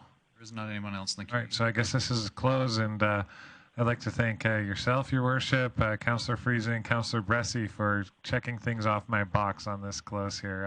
All of you presented very well. I'm just going to add a couple things here. One of the things that I think we've just sort of glossed over is sort of the timelines. So this application needs to be in by December 31st. There's still a period of evaluation and time and acceptance before we get any funding from the province or federal government or whomever. And that process is going to take in itself probably anywhere from 1 to 3 months before we're aware of that. Then we have to get a partnership agreement with probably Alberta Health Services on the medical model. I know we're already in discussion with that. And plus it's Christmas, so a lot of government offices are closed over that time. So we're probably not even going to start up the process until 2 weeks into 2021. So there is lots of time to act. There is lots of time to consult. There is lots of time to look for other places. What we need right now is a land bank. this property just is that bank for us. It's that bank to funding that will help us minimize our tax increases and provide valuable services to our community that decreases costs in other areas such as emergency services. Another thing I'd like to bring up as well is because we've had lots of feedback in regards to our community outreach program that we've had in the downtown core. That's a discussion that we could undertake with the VLA Neighborhood Association or the neighbors that are concerned, the residents that are concerned about how that area is currently and how might we be able to expand something that is going so successfully in our downtown city center core. We can expand that to the VLA area as well to try to clean that up. I know there's been issues with Johns, there's issues with Needles. I see it every day. I actually have a business down about a block away from the site too that I'm just entering into. So for all these things, like, I think we need to look at the humanity of this and really the viability of it. And if we shut this down, as Councillor Bressey said, and we have to wait 6 months, which I think we were all aware of before, but just so the public's aware, we're not putting ourselves ahead anywhere. In fact, by saying no to this today, I feel like we're not just hurting like the VLA area or, you know, people who need housing. We're actually hurting our community because in the broad scope, everyone's got to take on the tax if we've got to borrow money for this and we lose out on that funding. I do think there's possibilities and there's options all over our community and things we may not have even discovered yet. So for all those reasons and what everyone said in support of this motion passing, I'd encourage everyone to pass this motion and let's get something that our community needs now. Thanks. Okay, thanks for that, Councillor Thiessen. So I'll call for the vote on third reading of Land Use Bylaw Amendment C 1260-126. Please vote. Thank you. Councillor Blackburn, how do you vote? In favor. Thank you. And that motion carries. Then we are finished our unfinished business. That takes us to item 7.1. Bylaw C 1426, mandatory face covering, mask bylaw discussion. There is a recommendation from administration here, and I don't know if there's a member of administration that was going to speak to this. Would that be Ms. Karbashewski?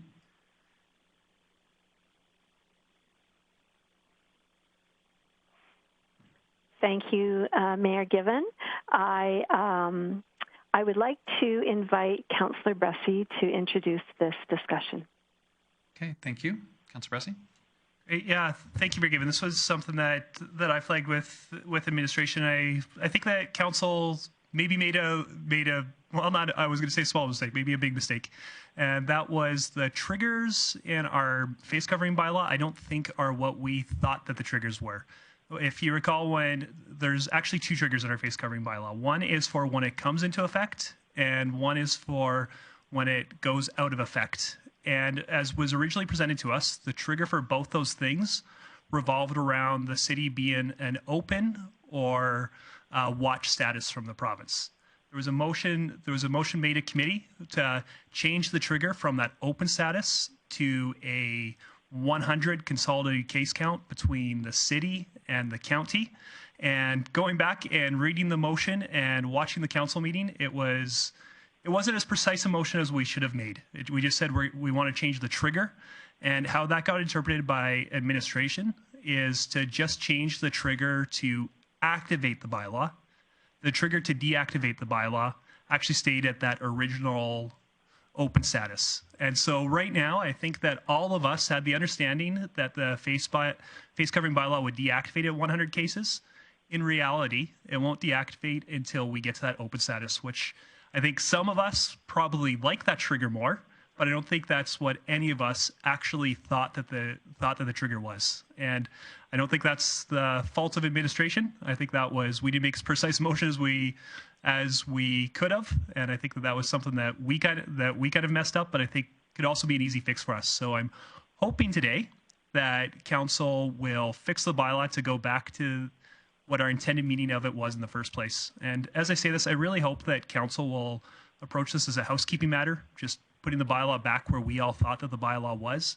I think that it was smart of us to put in the bylaw a sunset date of January 31st to say that we're going to review this in a few months. At the same time, I don't think the community is best served by us constantly debating this and making constant changes. I think in this whole COVID-19 crisis, one of the worst community impacts is people are just so exhausted by change and unpredictability. And I really think we said we are going to review this in January, so let's wait to January to review it. I really hope that today we'll just treat this as a housekeeping matter and just clean up the bylaw when we made a little mistake. And so there is a motion in the packet that I'm prepared to make, but I'm also open if administration has a recommendation or anybody, if there's a recommendation of a different motion I should be making, I'm open to that, but I am prepared to make the motion that's in the packet. Yeah, thanks for that introduction, Councillor Bressey. I think it's useful to make the motion with that sort of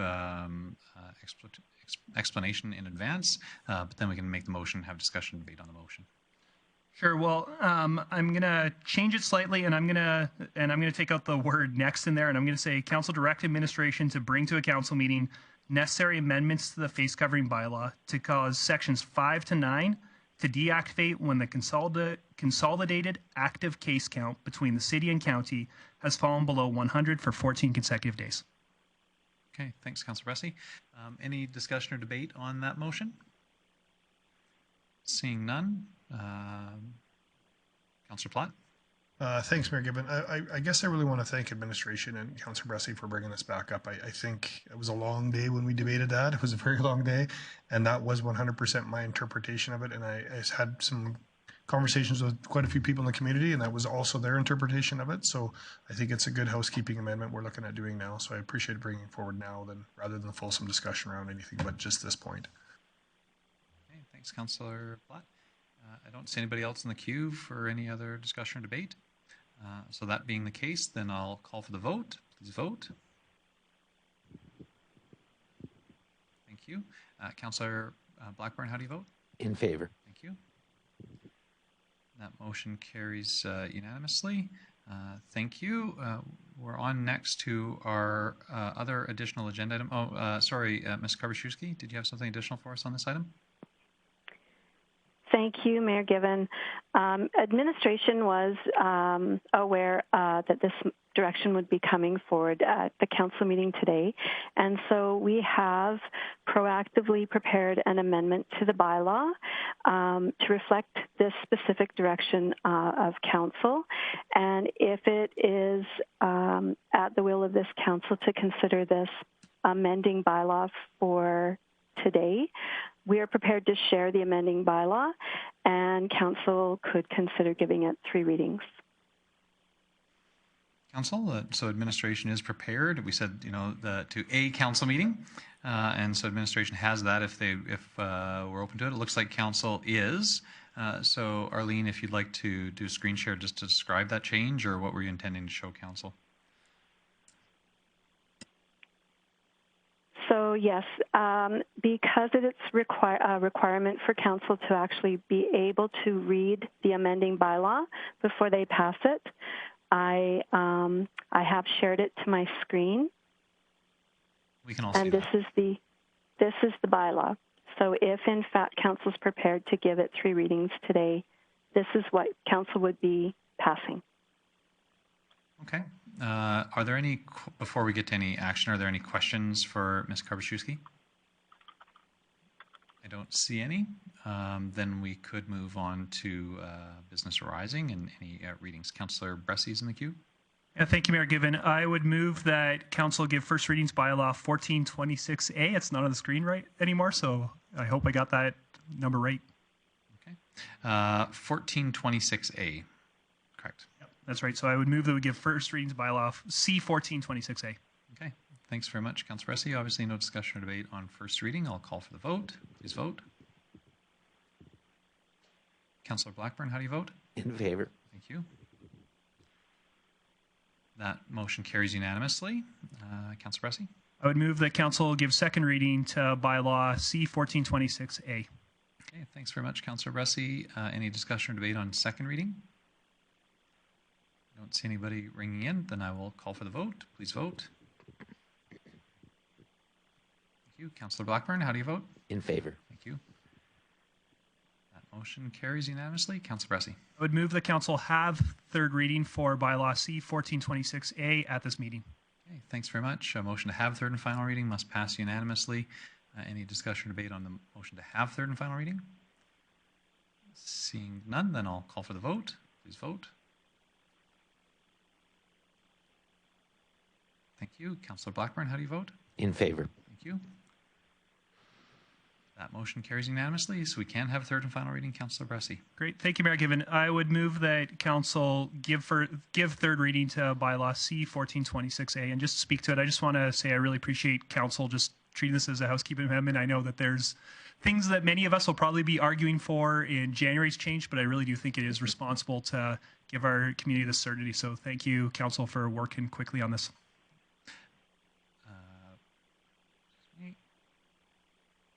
Okay, thank you for that, Councillor Bressey. I don't see anybody else ringing in for discussion or debate, so I'll call for the vote. Just looking for that last vote on third. Thank you. And Councillor Blackburn, how do you vote on third reading? In favor. Thank you. Third reading passes unanimously. That then takes us to our additional item, item 7.2, public member appointments. Councillor Thiessen. Thank you very much, Mayor. Given I would I would move that council appoint. Now I have all 7 names. Are we doing one at a time, or can I just list off all the names? Do all the names is typically how we do it. Yeah.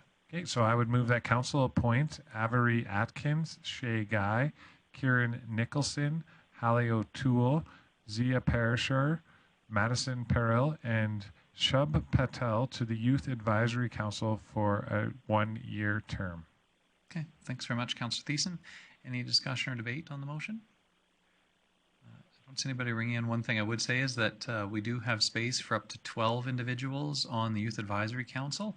This motion only appoints 7, and so if there is anybody that's out there for any of our media partners could help promote the fact that there are still seats available. If anybody wishes to apply, they could contact the City of Grande Prairie about that. But the Youth Advisory Council is an important tool in our community engagement and a great opportunity for young people to get involved in the direction of their city. And so would just make a note that the appointment of these 7 individuals doesn't mean that there's no opportunity. If anybody is interested but just hadn't heard about the opportunity to serve on Youth Advisory Council, they can still come forward, and there still is room for them to put their name forward.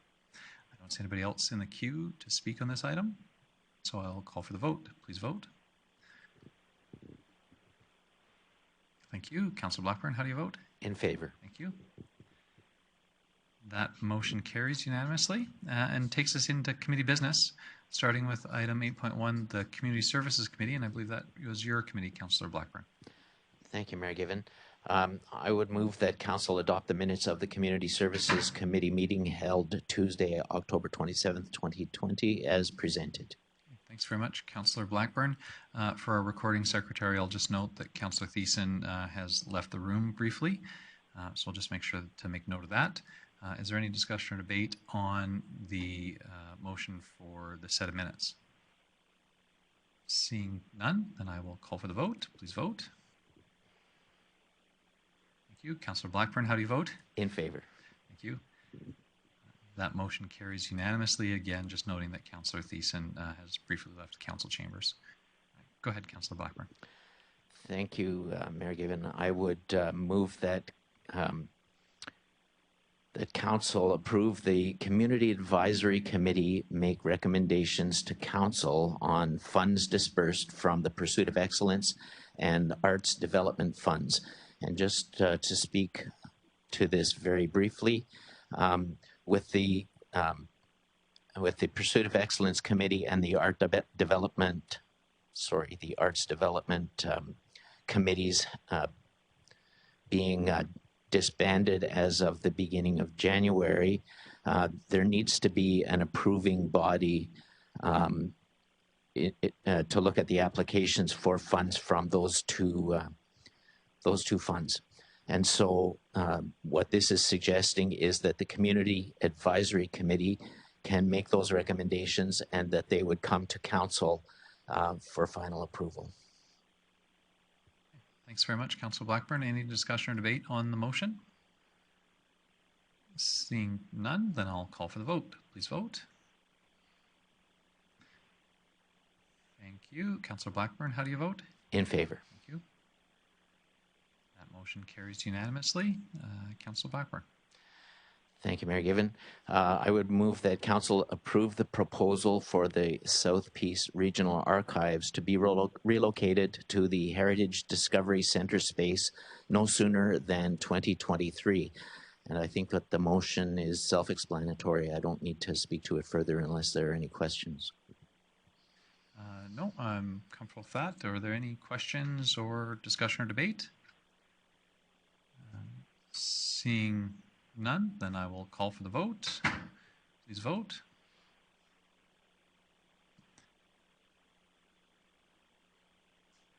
And I'll just note that Councillor Thiessen has returned to the council chambers, and so he is voting on this item.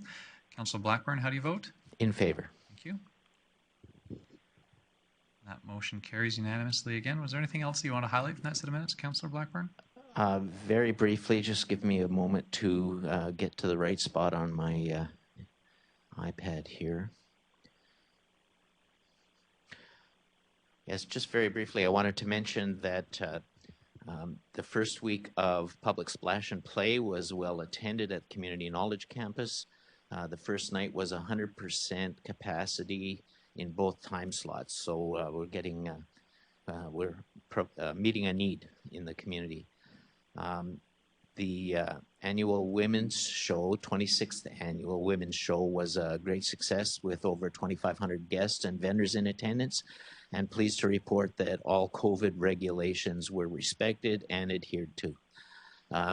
We had a presentation from Mr. Harvard on transit on demand, and this is looking like a potential service that will provide better service for our residents and will improve the costs that we incur in providing transit. So I think that that's good news. And that's all I'll report on today. Thank you. Okay. Thanks very much, Councillor Blackburn. I think that takes us to the Protective and Social Services Committee and Councillor Pilat. Councillor Pilat. Thanks, Mayor Gibbon. I just make a motion that Council approve the Protective and Social Services Committee being held Tuesday, October 27, 2020 as presented.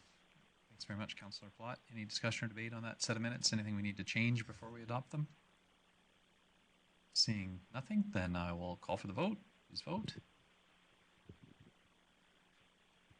Thank you. Councillor Blackburn, how do you vote? In favor. Thank you. That motion carries unanimously. Councillor Pilat. Thanks, Mayor Gibbon. We did have one business arising from our meeting, and it was so I'd recommend that Council endorse the proposed terms and reference for the Community Opioid Response Task Force. Great. Thanks very much, Councillor Pilat. Any discussion or debate on this motion? Again, seeing none, I will call for the vote. Please vote. Thank you. Councillor Blackburn, how do you vote? In favor. Thank you. That motion carries unanimously. Councillor Pilat, anything else you want to highlight in that set of minutes? Yes, Mayor, given a couple of things. So that was the only item for business that we undertook, but we did have a director report from Mr. Manuel. A couple of highlights from that. Through Community Social Development, there were 120 mats available for emergency accommodations in the winter months, and stakeholder consultations for the Indigenous liaison position will begin, I guess, this week. Enforcement Services also working with the Mobile Outreach Program team and Rotary House. The collaborative approach highly discourages tenting and encampments while encouraging the use of services available. And I want to thank administration for the weekly updates we're getting on that as well. I think we're getting really good uptake on that, so it's been a successful program thus far. Thank you. Great. Thanks, Councillor Pilat. I think we're going to step next to the Corporate Services Committee, and Councillor O'Toole, I think you stepped in to handle that meeting, didn't you? Yes, I did, Mayor Given. And with that, I move the Council adopt the minutes of the Corporate Services Committee meeting held Tuesday, October 27th, 2020, as presented. Thanks very much, Councillor O'Toole. Any discussion or debate on that set of minutes? Seeing none, then I'll call for the vote. Please vote. Thank you. Councillor Blackburn, how do you vote? In favor. Thank you. That motion carries unanimously. Councillor O'Toole. We got two items of business tonight. One is the 2019 tax recovery sale. Every year we have people that fall behind, and this year it's 238 people or properties. And that number seems quite high, but in usual every year it seems like everybody finds the money before the deadline. So it's not a big concern at this point in time.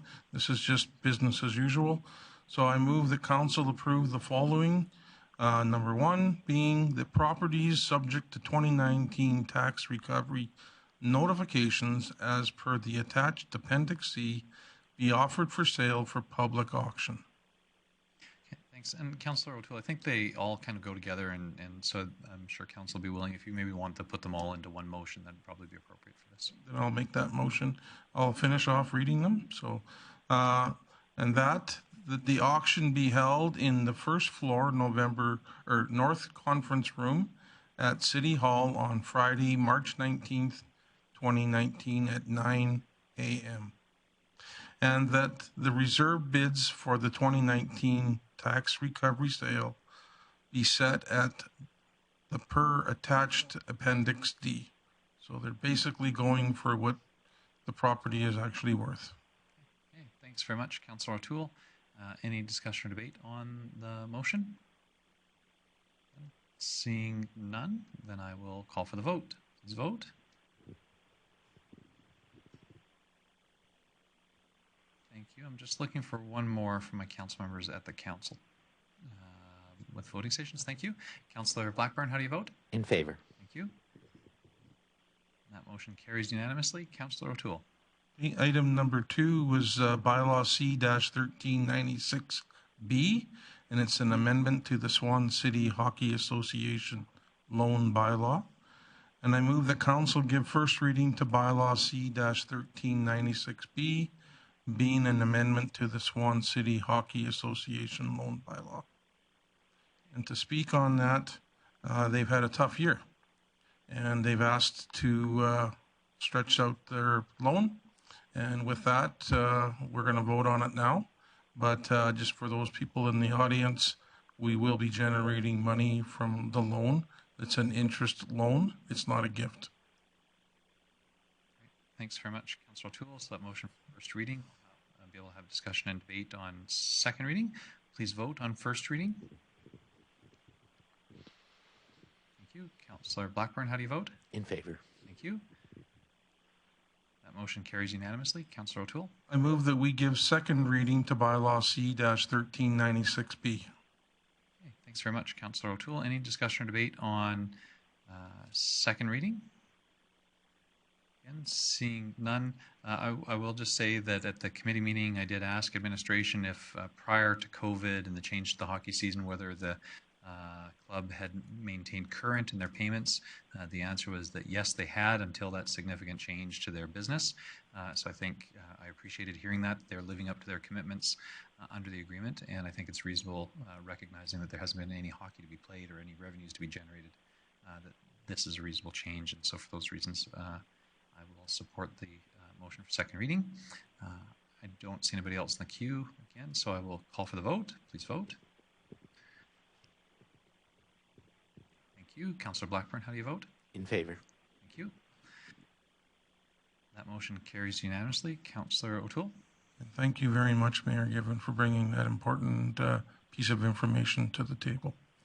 I move the council have third reading of bylaw C-1396B at this meeting. Thanks very much, Councillor O'Toole. So again, as with the previously similar one, this is a motion to have third and final reading. If this does not pass unanimously, then third and final reading will come back at our next council meeting. Any discussion or debate on the merits of having third and final reading? Seeing none, then I will call for the vote. Please vote. Thank you. Councillor Blackburn, how do you vote? In favor. Thank you. That motion does carry unanimously, so we can have third and final reading. Councillor O'Toole. Okay, I move that we give third reading to bylaw C-1396B, being an amendment to the Swan City Hockey Association loan bylaw. Okay, thanks very much, Councillor O'Toole. Any discussion or debate on third and final reading? Seeing none, I'll call for the vote. Please vote. Thank you. I think I'm looking for one more. Thank you. Councillor Blackburn, how do you vote? In favor. Thank you.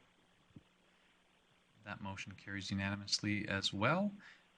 Councillor O'Toole, was there anything else to highlight from that set of minutes? Yes, just one item that I'd like to bring up. The budget deliberations will be taking place between November 12th and 13th, and the budget materials are on track to be published next week. So we should have that available. And also we talked about the mandatory face covering bylaw, because at that particular time we introduced the implementation of it, and we all know where we're at now with that. So thank you very much. Thanks, Councillor O'Toole. I think that brings us to the Infrastructure and Economic Development Committee meeting, and Councillor Bressey.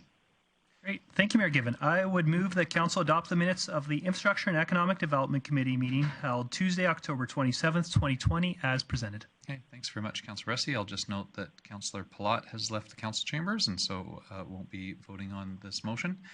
Any discussion or debate on that motion and that set of minutes? Seeing none, then I will call for the vote. Please vote. Thank you. Councillor Blackburn, how do you vote? In favor. Thank you. That motion carries unanimously. Councillor Bressey. Great. Thank you, Mayor Given. I'll split these next two up, I think. So I'll move the council approve granting $90,000 from the Phase 4 Downtown Rehabilitation and Streetscape Project budget to the Downtown Association to support the marketing and communication strategy. Okay. Thanks very much, Councillor Bressey. Any discussion or debate on that motion? Don't see anybody ringing in. Then I will call for the vote. Please vote. Thank you. Councillor Blackburn, how do you vote? In favor. Thank you.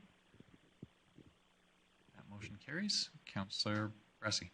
Thank you. I would move the council approve opening application for the facade improvement grant under the downtown incentive policy to a maximum total amount of $200,000 within the existing program boundary, and to amend the program to allow grant funding to be used for back alley improvements for those businesses directly impacted by Phase 4, effective from the time of approval until Phase 4 completion.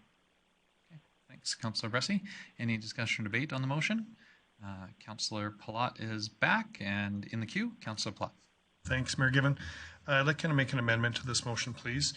And basically that it would be to remove the words downtown in it and just make this an overall facade improvement for the entire city, similar to the facade improvement we've already done through the Economic Development Recovery Committee that council's approved. I think when this was at committee, I made it very clear that when it got to council, I would not be supporting it if it was only for downtown. I think we've got a lot of areas in the city that could use beautification. Downtown's had an opportunity to do these facade improvements for a lot of years now. A lot of the people on those two blocks have already taken advantage of that. And I just think we have to start opening up other areas of opportunity for the rest of our city. There's a lot of buildings on 100th Ave when you come in from the north end of town. There's a lot of buildings on 100th Street when you come in from the west end of town that would be able to qualify for this program then. And I'd certainly like to see this opened up to a lot more than just the downtown corridor. So I'd make that amendment that the council approve the opening application for the facade improvement grant for up to $200,000. And that would be where I would leave it. I believe we have terms and references already established for that program. I can check if administration can speak to that maybe, but I think we just got to get off of it always being about downtown personally. So that's my amendment, please. So, yeah, I see you, Councillor. Sorry. Okay, Councillor Clayton, I'll recognize you. Thanks, Mayor Given. I appreciate that. I would just like to declare that I have a conflict in this matter, so I will excuse myself. Okay. Thanks. Okay. Councillor Clayton will declare a conflict of interest and will excuse herself. I just need some additional clarity, Councillor Pilat. You said first that it was remove the word downtown, but then you said something different the second time. So you can just clarify, and we want to make sure that we get it correct with the recording secretary. So can you clarify your motion? Sorry, yeah, maybe I'll just ask administration then if we can clarify what we're calling the other funding program that is for the facade improvements for the other parts of Grande Prairie. Okay, that would probably be for, oh, there you go, Ms. Lee, Economic Development Manager.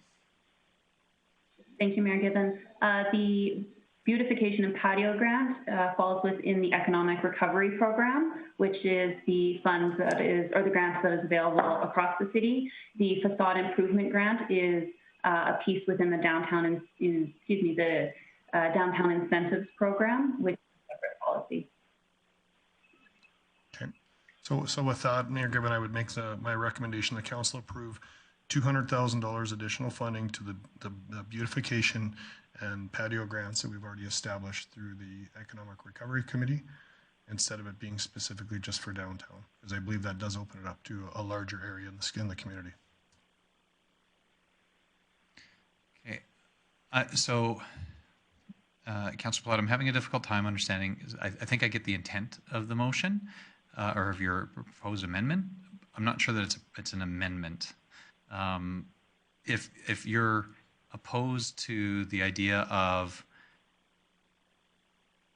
allowing there to be $200,000 for the downtown incentives policy, and it's clear, that's part, but this motion also says to amend I assume the downtown incentives policy to allow for that funding to be used for back alley improvements.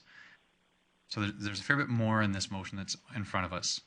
If you're not supportive of the general concept, maybe rather than trying to amend pieces, because I'm not sure that we're going to get exactly right, maybe it would be to encourage council not to support this and to encourage council, I'm probably going to vote against what you're doing, but I think the way to do it would be to say, council don't support this, would encourage council to defeat this motion and to direct downtown properties to the economic development incentive as mentioned by the economic development manager, and I would need some help on just making sure we get that right, and to amend those program criteria to allow downtown businesses to use it for the back alley, because that's actually a pretty significant part of what's in front of us. I don't think any of the programs, the general economic development recovery program or the downtown program, allow back alleys to be done. And so if you're saying, I think what you're saying is, don't make a special pot of money just for downtown.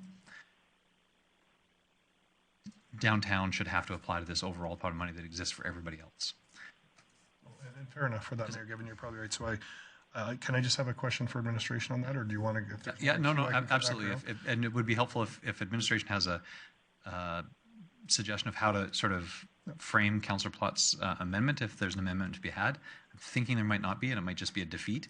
And amend the criteria for the overall program to allow it to apply to downtown back alleys. Okay, specifically. Fair enough. It's probably too big of a change on the amendment. So I guess my question for administration, just for a reminder, is when did downtown start having facade improvements for grant applications available? How many years ago has that program been available? And how much money have we already allocated specifically to downtown for facade improvements? Ms. Lee? Thank you, Mayor Gibbon. The Downtown Incentives Program was originally approved in 2016. The facade improvement grant was available for 2016, 17, and 18.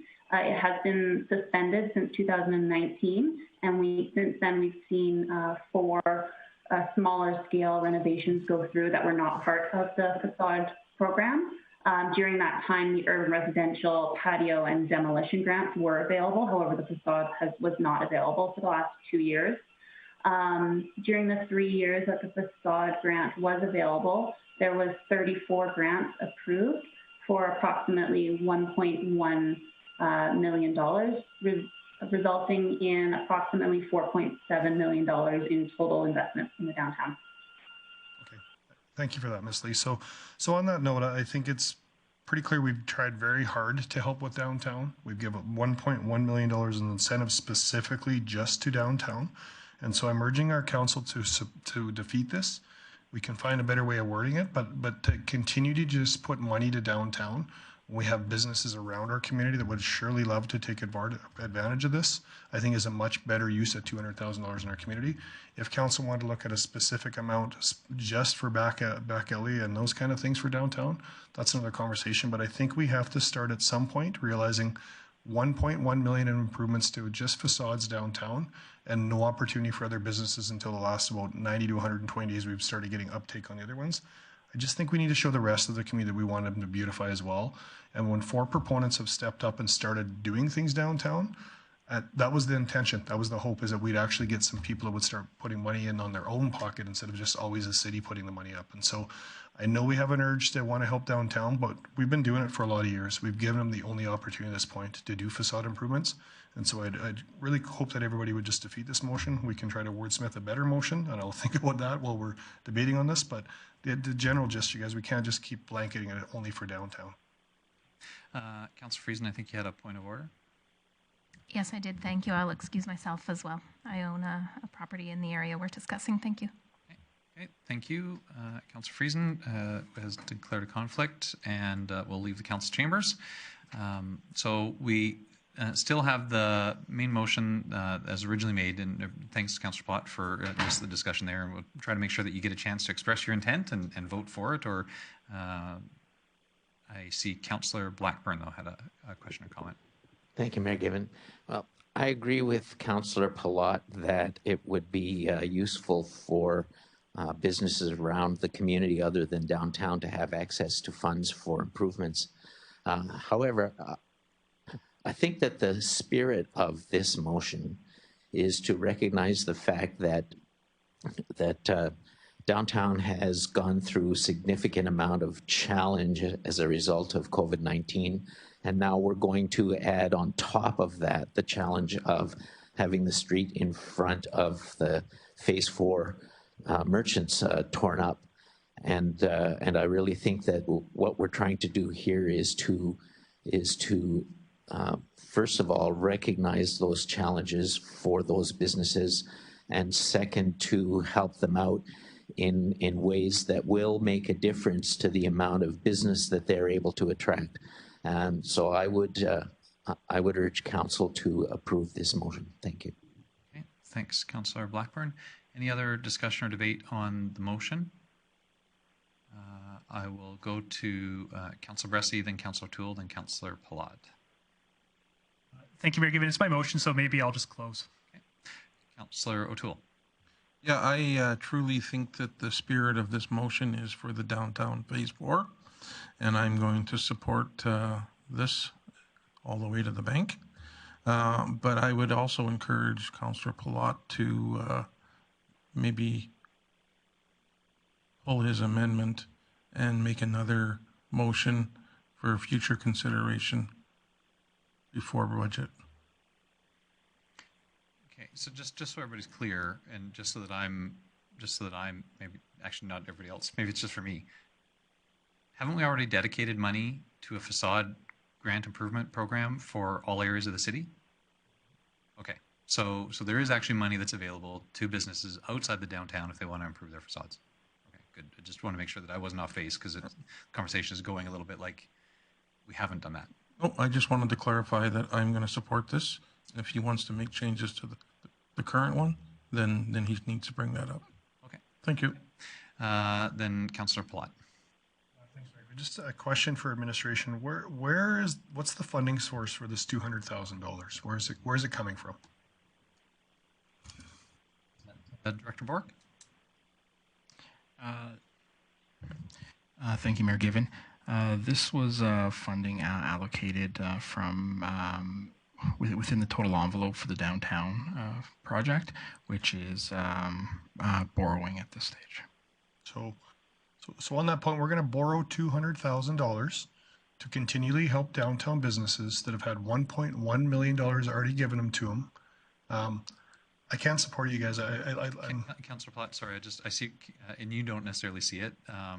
Director Glavin's also there. Sorry, okay. So let's make sure that we get full information. Director Glavin. Thank you, Mayor Given. Just clarification. This isn't part of the Phase 4 borrowing. This is a part of existing capital dollars set aside for the Downtown Incentives Program.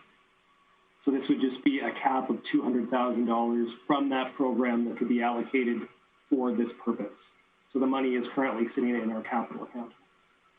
So again, so everybody's on the exact same page. There is already an account, quote unquote, that says downtown incentives, and administration's recommendation is to take a small portion of that, a portion of that, $200,000 isn't necessarily small, a portion of that to allow it to be used for this purpose. So it is already in downtown incentives. This motion is basically saying that $200,000 can be used for facade grants, including back alleys, which wouldn't otherwise be allowed without this motion. Is that correct, Director Glavin?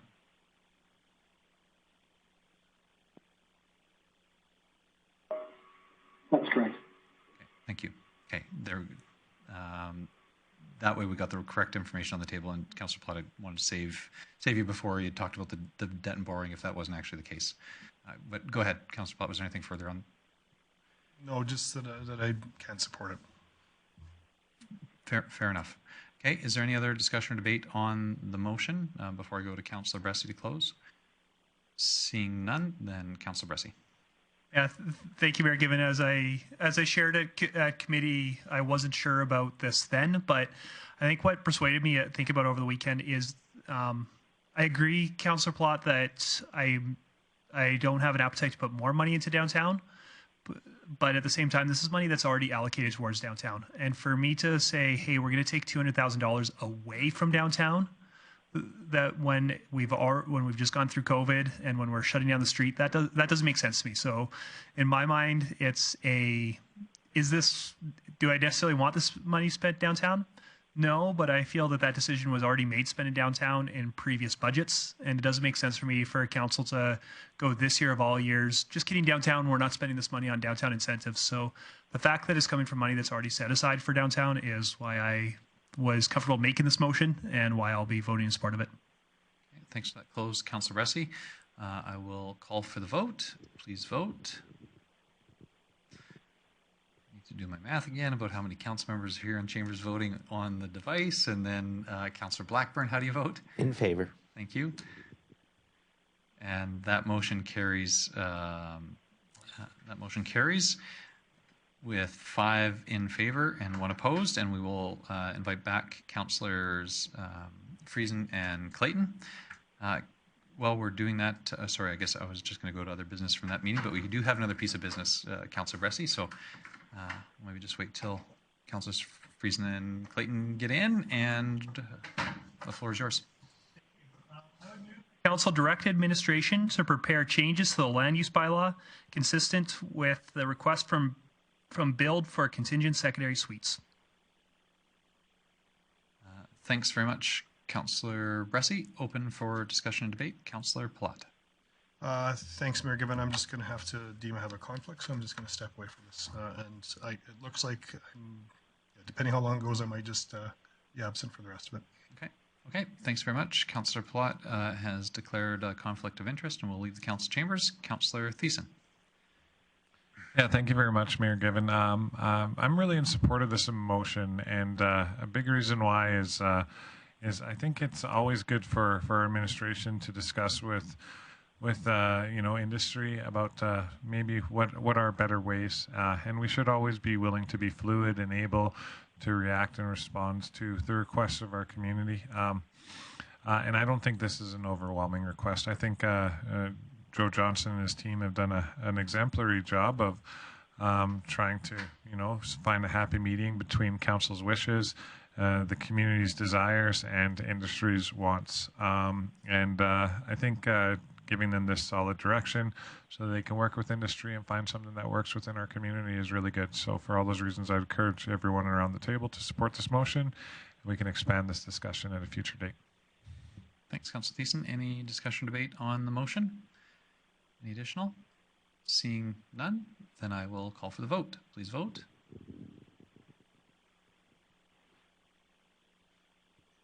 Okay, Councillor Blackburn, how do you vote? In favor. Thank you. That motion carries unanimously. Councillor Bressey, anything else that you want to highlight? And I'll just say that we could invite back Councillor Pilat if he's still in City Hall. Councillor Bressey. Right, the one thing I'll highlight from the Director's Service Area Update is that skating rinks are starting to go up across the city. And one opportunity is, if there are any communities out there that would like to have a little kids skating rink in their neighborhood park, the city will provide boards and kind of what you need to get together with a few of your neighbors to make that happen. So contact the city if you'd like to make that happen. I know it's a tradition in my neighborhood that's been very good for the kids and very good for the dads who were assembling the rink this weekend. Thanks very much, Councillor Bressey, for that reminder as we get into the colder weather. I'm sure we're all looking forward to winter as much as you are. Was there any other discussion or, any other items coming out of that meeting? Looks like not. No other discussion on that update. Then we move into correspondence. As council will see, we have one item of correspondence from Alberta Transportation, essentially confirming that the change of grants and approval of the projects that council submitted, which I think is a positive step. Director Bork, is there anything else additional to say on this item of correspondence? No, Mayor Given. Except that we will be working with the province and the federal government to submit the formal applications. We'll keep council updated. Thank you. And then our other item 9.2, is a letter from the MD of Greenview. As council will have read in our package, the MD of Greenview Council has decided to discontinue the Tri-Municipal Industrial Partnership. And they are continuing, though, to move forward with the development of value-added industrial opportunities there, which I think is a positive for our region. You'll also see from their note that they intend to return the seed money that City of Grande Prairie had invested in the project, which I will say I appreciate. If I can, having worked on the project from the start, I want to thank the MD of Greenview for the opportunity and for the leadership role that they took in identifying the potential for this there. It was a pleasure to be able to work with them in the County of Grande Prairie and use some of our political clout of combined 3 municipalities to get some attention on the potential and the project. I certainly encourage the MD of Greenview to continue to run with this project, and we'll be happy to support them when they call on the City of Grande Prairie, because I believe it has the potential for significant benefit to our region and to our community, and wish the MD of Greenview well. Was there anything else that anybody wished to say about this item? Because if not, we could have a motion to receive our 2 items of correspondence for information. Councillor Clayton. Thanks, Mayor Given. Just echoing some of your comments, I would like to thank my fellow council members that were on the committee for a few years, as well as administration. There was a lot of time and effort put into this project. It's unfortunate to see it coming to a close, but I look forward to see what the MD of Greenview does with this potential land, and at some point we see development in that area that truly benefits the entire region. So thank you to everyone that was involved, and with that I would make a motion to receive this and the other piece of correspondence for information. Thank you. Any other discussion or debate? I see Councillor Thiessen in the queue. I took myself up. Councillor Bressey. Great. Thank you, Mayor Given. I'll be voting no to this motion, and that's because I'm actually incredibly disappointed in the MD of Greenview. I think it's awesome that this project's going to continue. I wish them nothing but success in it, because development in that industrial park will be good for our entire region, and I'd even say our entire province and our entire country, maybe even our entire world. And so I really do wish them nothing but success in that region. And if there's anything the city can do going forward to help attract investment to that region, then I'm for it.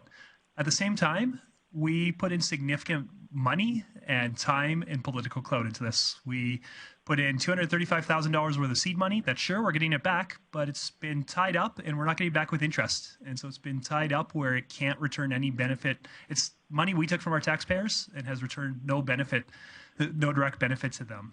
We put in hundreds, maybe even thousands of hours of time into making this go forward. And I know that there were many conversations that myself and others had with ministers where this industrial park was a top ask. And I don't know if we would have put everything into it if we hadn't been promised to get 25% of the tax revenue from this.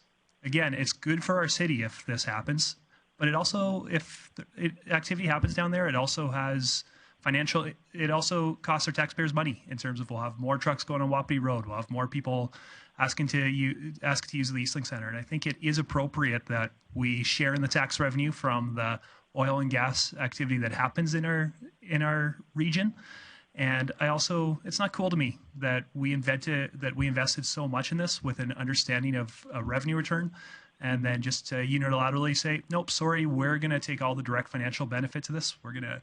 That's not cool with me, as much as I wish them success. So I don't think we should be receiving this for information. I don't think we should be doing too much, but I think we should at least be writing an awkward letter saying, hey, we're disappointed by this, and this is something that we do wish you success, but also this isn't okay by our books. I think it's another example of the city trying to play nice and trying to be partners in good faith with others in our region, and not experience that good faith on the other side. And so I can't support this motion. Okay. Thanks, Councillor Bressey. Councillor Pilat. Thanks, Mayor Gibbon. I'm kind of in the similar vein with Councillor Bressey. I do want to thank, though, Mayor Gibbon and our administration. There's been a lot of years put into this, and I know some of the frustrations and conversations we've had about this getting off the ground. And I'm with Councillor Bressey. This is incredibly disappointing from somebody that was on this committee for 2 years to just basically get a letter and say, hey, we're done here. I mean, you don't break up over a text. I'm sorry. It just seems kind of silly. And so again, I hope them all the best, but I'm with Councillor Bressey. This is, to me, very disappointing when you're trying to show collaboration. Governments talk about collaboration all the time. And so here we are trying to do one of the cooler things in the province about the collaboration with 3 regions, and then to turn their back on us in the county. I feel for the county as well. They put a lot of work into this. I thought they had some really key people sitting around the table that had a lot of potential to help out with the MD on this one. And I'll be honest, I'm really concerned now about the MD being able to make this a successful project, which really saddens me for our region, because I think this had the potential to be the largest economic driver for our region. And I'm very concerned that without our support, as far as just a cheerleader support, great, but as far as our support that we were giving and the county is giving, I think the success rate would have been much higher. So I'm also incredibly disappointed that the MD just chose to go this route, and it just doesn't show a lot of good faith, in my opinion, on collaboration and building partnerships in our region. And it saddens me that the MD chose this without a lot more conversations about it. So appreciate Mayor Gibbon and the administration's work on this for years, but it's sad that it kind of went all for nothing. Thanks, Councillor Platt. Councillor Blackburn. Thank you, Mayor Gibbon. While I agree with some of the sentiments that are being expressed about the decision of the MD, I really don't see any point in not accepting the letter. Certainly, we may not accept the decision, and if we wanted to direct the mayor to respond, then I suppose we could do that. But if there's a chance that we're going to be turning down the acceptance of this letter, then I think that we ought to split the motion and deal with the 2 letters separately. Thank you. Yeah, thanks, Councillor Blackburn. Yeah, I would just suggest to council that accepting a letter for information is one thing. There may be additional actions that arise after that, and that's fine. There's been at least one occasion where I've seen a council vote to accept a letter for information, and it feels a bit like sticking your fingers in your ears and yelling, la, la, la, la, la, I can't hear you. I think accepting a letter for information says we heard you, and we may have some other actions that sort of arise out of that. That's fine. But I would encourage council to support the motion to receive the correspondence for information. Councillor Clayton. Thanks, Mayor Gibbon. Yes, similar comments. I think that although I appreciate Councillor Plott and Councillor Bressey's comments in regards to how disappointing this is, there was a very open and honest conversation that the mayor and I were at last time with the county as well as the MD in regards to what was happening going forward. At some point, we needed to draw a line in the sand because our administration continued to work on a project that in essence was going nowhere, and we could see the writing on the wall. This, in turn, although it looks like it's not having our support, in my opinion, it's more of a pause. If we want to take direction going forward to help regional municipalities lobby for other activities and help the regional municipalities come together and collaborate for what potentially could be a huge asset to the entire region, then that's another thing. But just vote to accept the letter for information, because that's truly what we're going to do, is accept it for information. And from there, if we want to do direction, then let's do that. Thanks. Okay. Thanks, Councillor Clayton. Any other discussion or debate? Seeing none, then I'll call for the vote. Please vote. Thank you. Councillor Blackburn, how do you vote? In favor. Thank you. That motion carries with 1 opposed. Is there any other business arising? Nice. Seeing none, then we'll move on to delegation business. We did have 4 delegations, if memory serves. At least one of them, the delegation from Build, was dealing with an item that was already on our agenda, secondary suites, and we have dealt with that. But the others, Renee Charbonneau, Tanya Wald, and Mika and Michelle, we should have some action on each of those. Councillor Clayton. Sorry, thanks, Mayor Gibbon. I'm happy to stay for the Ms. Charbonneau and Mr. Root conversation. However, in regards to the Sunrise House, when we get to that one, I would like to declare a conflict and remove myself from the conversation. Okay, so we can start at the start then. Councillor Friesen? Thank you. I was actually going to start with Sunrise House. So well, we can do that too. If Councillor Clayton will declare conflict of interest and leave the council chambers. Go ahead, Councillor Friesen. Thank you. So we did set an expectation on Sunrise House or Grande Prairie Youth Emergency Shelter to raise some funds such that we could feel really confident that ours was, that we were throwing into a good pot. And I'm really quite impressed that despite the pandemic, we're there at 62% of confirmed funds, and quite confident they'll be at 67% shortly. So that's pretty impressive, but they do need a little more time than we had initially given them, which was, I believe, to the end of the year, and they've asked to go into 2021. I'd like to propose that I'm not sure if March gives them enough time. I would be comfortable making a motion that we extend the timeline to June 30th, 2021. So I don't know if I need to make that motion or have, I can just make it outright. I don't need to have it go back to a committee or anything. All right, so I would like to move that we extend the timeline to reach 75% of funding to June 30th, 2021. Okay, thanks very much, Councillor Friesen. Yeah, I think it was council that approved that, so ultimately council can change its mind by motion if we want to. So any discussion or debate on the motion? Seeing none, then I will call for the vote. Please vote. Thank you. Councillor Blackburn, how do you vote? In favor. Thank you. That motion carries unanimously. We can invite back in Councillor Clayton. So we still had our two other delegations. Councillor Bressey. Great. Thank you, Mayor Gibbons. Since we started at the end, I'll go to the middle. And I would move that Council direct administration to bring to the appropriate standing committee a potential amendment to Policy 316 that would add an accessibility improvement grant to the Downtown Incentives Program. And it's saying, hey, administration, if we want to follow through on this request, what would you suggest that look like in terms of what criteria? How would we set that up? We've already got a policy for downtown incentives, so I think it makes sense to look at adding this into that policy.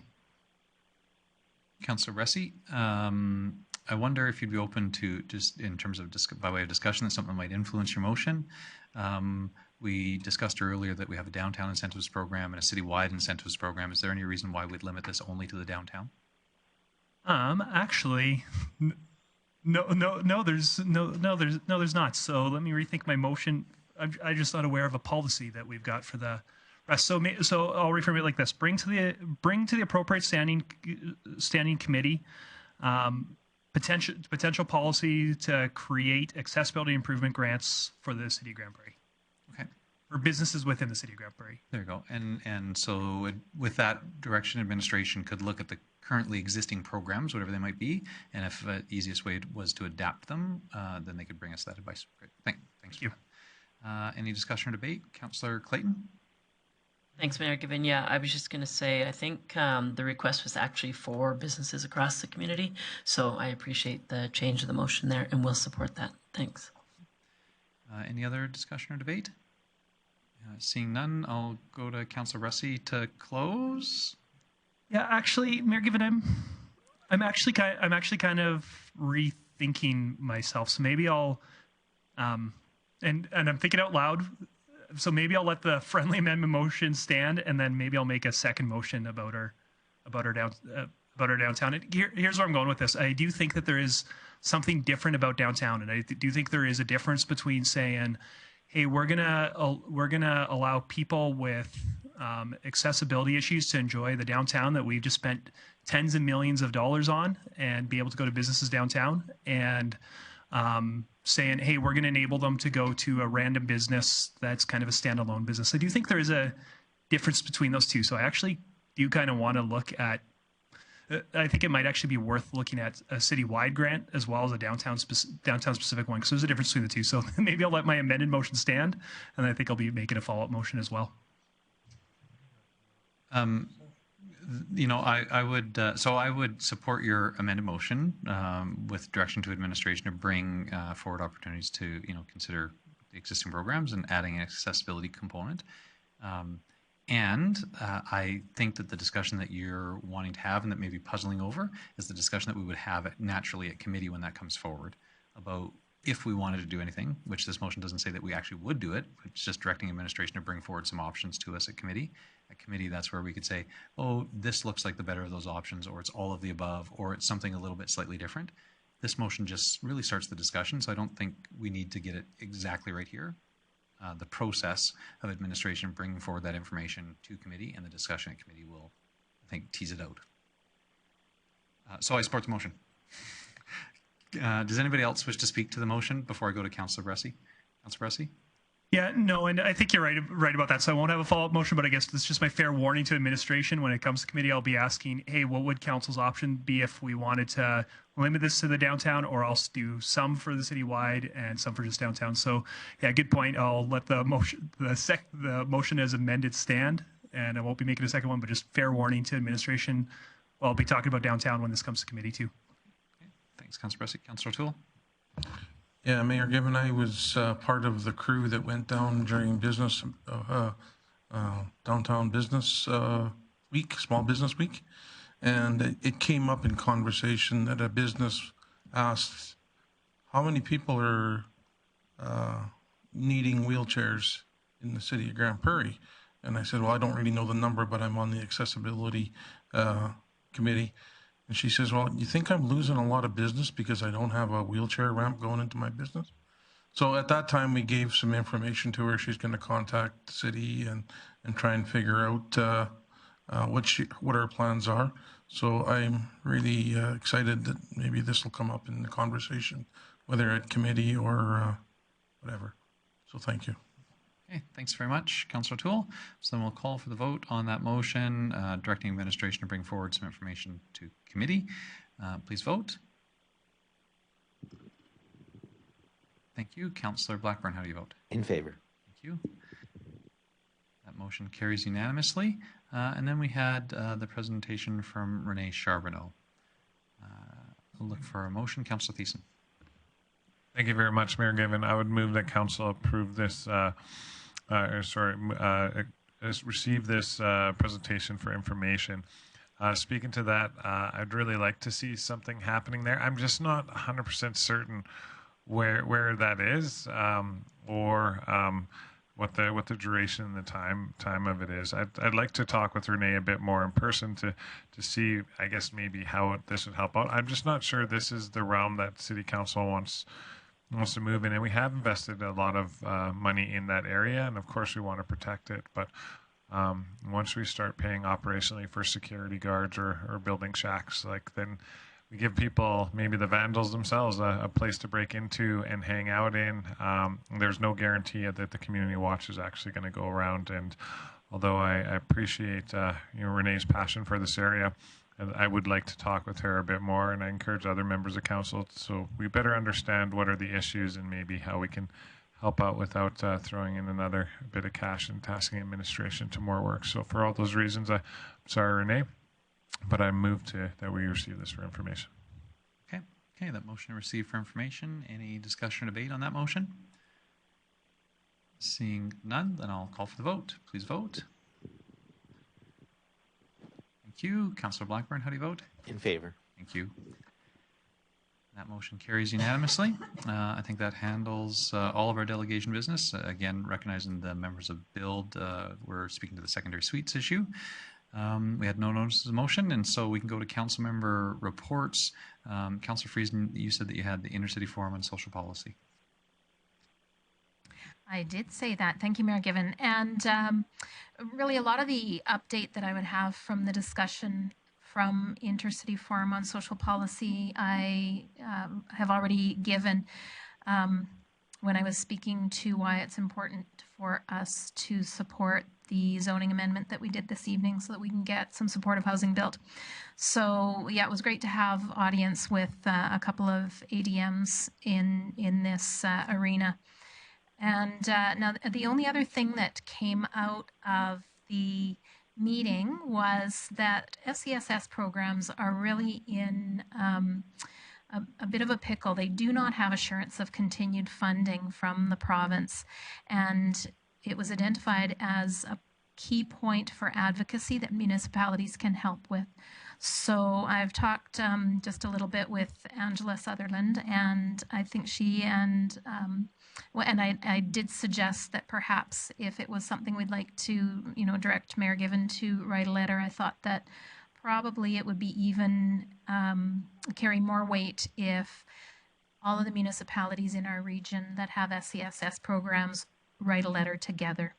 So Angela Sutherland is going to start some work on that within FCSS, and we will see that come forward as I thought there's a little more strength in numbers coming from the region, as we do have several small communities around us that also have FCSS and are as important to the health of their towns as ours is to our city. That's it for me. Thanks. Thanks, Councillor Friesen. Councillor Thiessen, I think you had a couple of external reports. Yes, thank you, Mayor Given. Just two for today.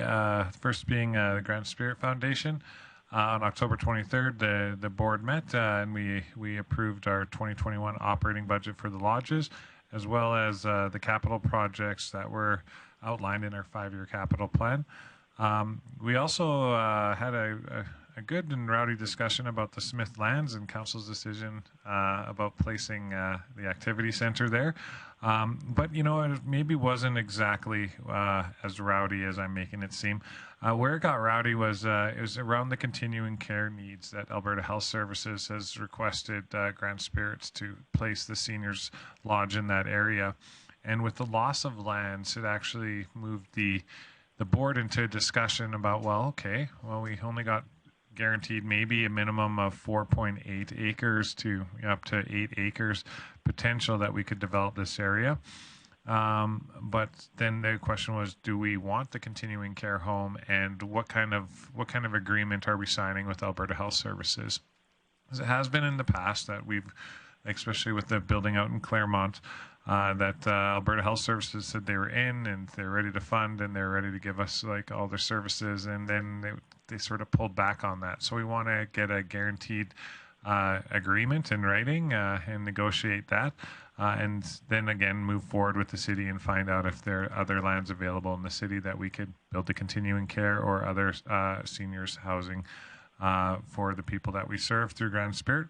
So we're going to definitely be discussing that at our strategic plan on November 19th and 20th. We did approve the agenda for that, and so we'll be moving forward there. We're also looking forward to meeting with city administration and discussing other lands. And Corey Beck from the county was quick to say, we have land. You can put it out here. I'm not sure it's the best location, and I mentioned that at the meeting, but I'm thankful that the county is generous and willing to provide. Finally, I just wanted to recognize Wendy Doucette, from Heritage Lodge Manor. She was nominated for a Minister's Senior Service Award, and so she received her certificate. But we'll find out later this month if she actually won the award. So I got my fingers crossed for her, and hopefully you come out with a big prize. And now just a quick update on Nighthawk. The board met on October 27th. I wish I had more updates for you on how the hill is shaping up, but what I can tell you is that currently our operational budget is looking pretty good for the year. We're being nimble with how the hill is going to operate and what it's going to look like in the areas that we can use. There's a bit of a backlog as far as the soil sample core drilling testing that were taken on the hill from the geotechnical. So they're in the lab. We just, at the time of the board meeting, we hadn't got the results back yet. We did get an update from our insurance company saying that some of our operational expenses up to $250,000 could be covered for for helping to fix the hill. We're also looking at those capital damages as well and got our fingers crossed. And of course, no guarantees. We are talking with the province as well about how we can fix the hill, maybe get a chairlift or T-bar. Chairlift is the big ask, but that looks like it's going to be about a $5, maybe $10 million ask. Like in the grand scheme of it, a T-bar will be about $1.5 million. So we currently set our fundraising goal at a baseline of $1 million that we'd like to have before the start of summer in 2021. And to that degree, Reeve Beaupre and myself were strongly encouraging Jonathan Clarkson, the new GM of Nighthawk, to come forward with a budget request. And I said, it's getting late in the game. I haven't seen it yet. So hopefully maybe at the next committee meeting or something, because we're 2 weeks away from budget. And I know that council typically frowns and administration frowns on late minute budget asks. But this is something that is important to our regional community as far as having an asset in the community. So hopefully he'll make it there in time and draw it in under the wire. Going over the rest of everything here, seems I've covered most of that, except I'm seeing here in Roundtable, Chris Thiessen, can you shoot guns in the dunes? Lively discussion ensued, which it did, and you can't. And so just a reminder to everybody, don't take your firearms out at the dunes. Thank you. Okay, thanks, Councillor Thiessen. Councillor Clayton, you had a tourism update. Thank you, Mayor Given. GPRTA had a meeting on October 28th. During that time, we were updated from William Joseph, who is the marketing contractor and been working on the Grand Plan marketing campaign, which is a marketing campaign to highlight local regional trips that you can do. So places to get out, places to see that you may not have already seen or you haven't been to in a while. And so it's a great little marketing plan where it gives you an itinerary, a suggested itinerary based on your interests. And so we had an update on that. It's been going on for a few months now. As well as we talked about a couple organizations that have been successful in getting financial support, the Ski North Alberta initiative, as well as the Northern Spirit Show, which is the light show at Evergreen Park, and as well as the Buckwild PBR, our events that have been supported by Grande Prairie Regional Tourism. So that was good news. One piece that was a bit unfortunate, both the municipalities of Wembley and Hythe have decided due to budgetary constraints that they were not going to renew their membership with Grande Prairie Regional Tourism. Their memberships will expire at the end of this year. There was a lively discussion in regards to how a regional tourism organization still continues to support municipalities without them being members. So I'm optimistic that GPRTA, through its management, will figure out a way to highlight events and tourism assets within the municipalities without necessarily giving them the benefits of a member, but we still want to be able to have that door open for if and or when those municipalities might be ready to come back. So the rest of the meeting was traditional updates in regards to initiatives through Travel Alberta, and the board is going through a board governance training later in November. So that's my report. Thanks. Thanks, Councillor Clayton. Any other external updates? Councillor O'Toole, then Councillor Bressey. Thank you very much, Mayor Given. We did meet as Alberta Bilingual Municipalities Association. We had our annual general meeting, and we had some results from that presented to us by the facilitator. And one of the items that we found out, which we somewhat knew about already, is we're very strong in the north part of the province. We're not as strong in the southern part of the province. What we've done in the northern part is had a tourism program in place, starting from the east side of the province, coming towards the west side, to promote Francophone communities and Francophone celebrations. So we're going to work with that to the southern part of the province as well. Not that there's not interest. I know Calgary mentioned a few years ago that they wanted to participate. They wanted to see how things were going. So the challenge is now to get them on board. Also, I did mention that we were meeting with the province regarding the combative sports. We've met numerous times. We've got a list of desires and answers. And so with that, we've got one more opportunity to meet with them with changes that we implemented again. And then we should have some results here by the end of, or the middle of November on what our actual plans are gonna be. The way it's set up right now, there's not a lot of money to be made by the promoter. So I'm not sure if all this work is gonna go into do us any good up here in Grande Prairie. But the bigger centers like Edmonton and Calgary, they've got the big UFC events where they can draw bigger and TV coverage where they can make money at that. So with that, that's my report. Thanks, Councillor O'Toole. Councillor Bressey. Great, thank you, Mayor Given. I want to report on the Sport Connector. A big priority of the organization is to bring money into our region and bring money into our sports community that isn't coming from municipal sources. And two programs I'm excited to report on is one is I've updated before on the Make a Diff grant we received, which isn't a government grant, it's a private grant, and enabling us to train 12 coaches to go into some of our elementary schools and run after-school programs for a couple months. What they're going to do is they're going to our lower income schools where kids might not have a lot of opportunity for organized sport, and they're going to spend a few weeks teaching them 3 different sports, and then they're going to bus them to the other schools so that they can actually get a chance to have competitive play, even if they don't have parents that could drive them to competitive play. And so that's a $35,000 grant that will make a big difference in the life of some kids, hopefully get them engaged for life in sport, and also develop 12 coaches in our region who will have all kinds of certifications at the end of it. So it's a really exciting grant to me that I hope becomes a lasting program in our community. And another exciting conversation we had was with a company that does inclusion training for sport. And there's an opportunity to leverage some federal grants, work with the Sport Connector, and work with this private company to give inclusion training to coaches in the region. So a true P3 partnership that's a potential.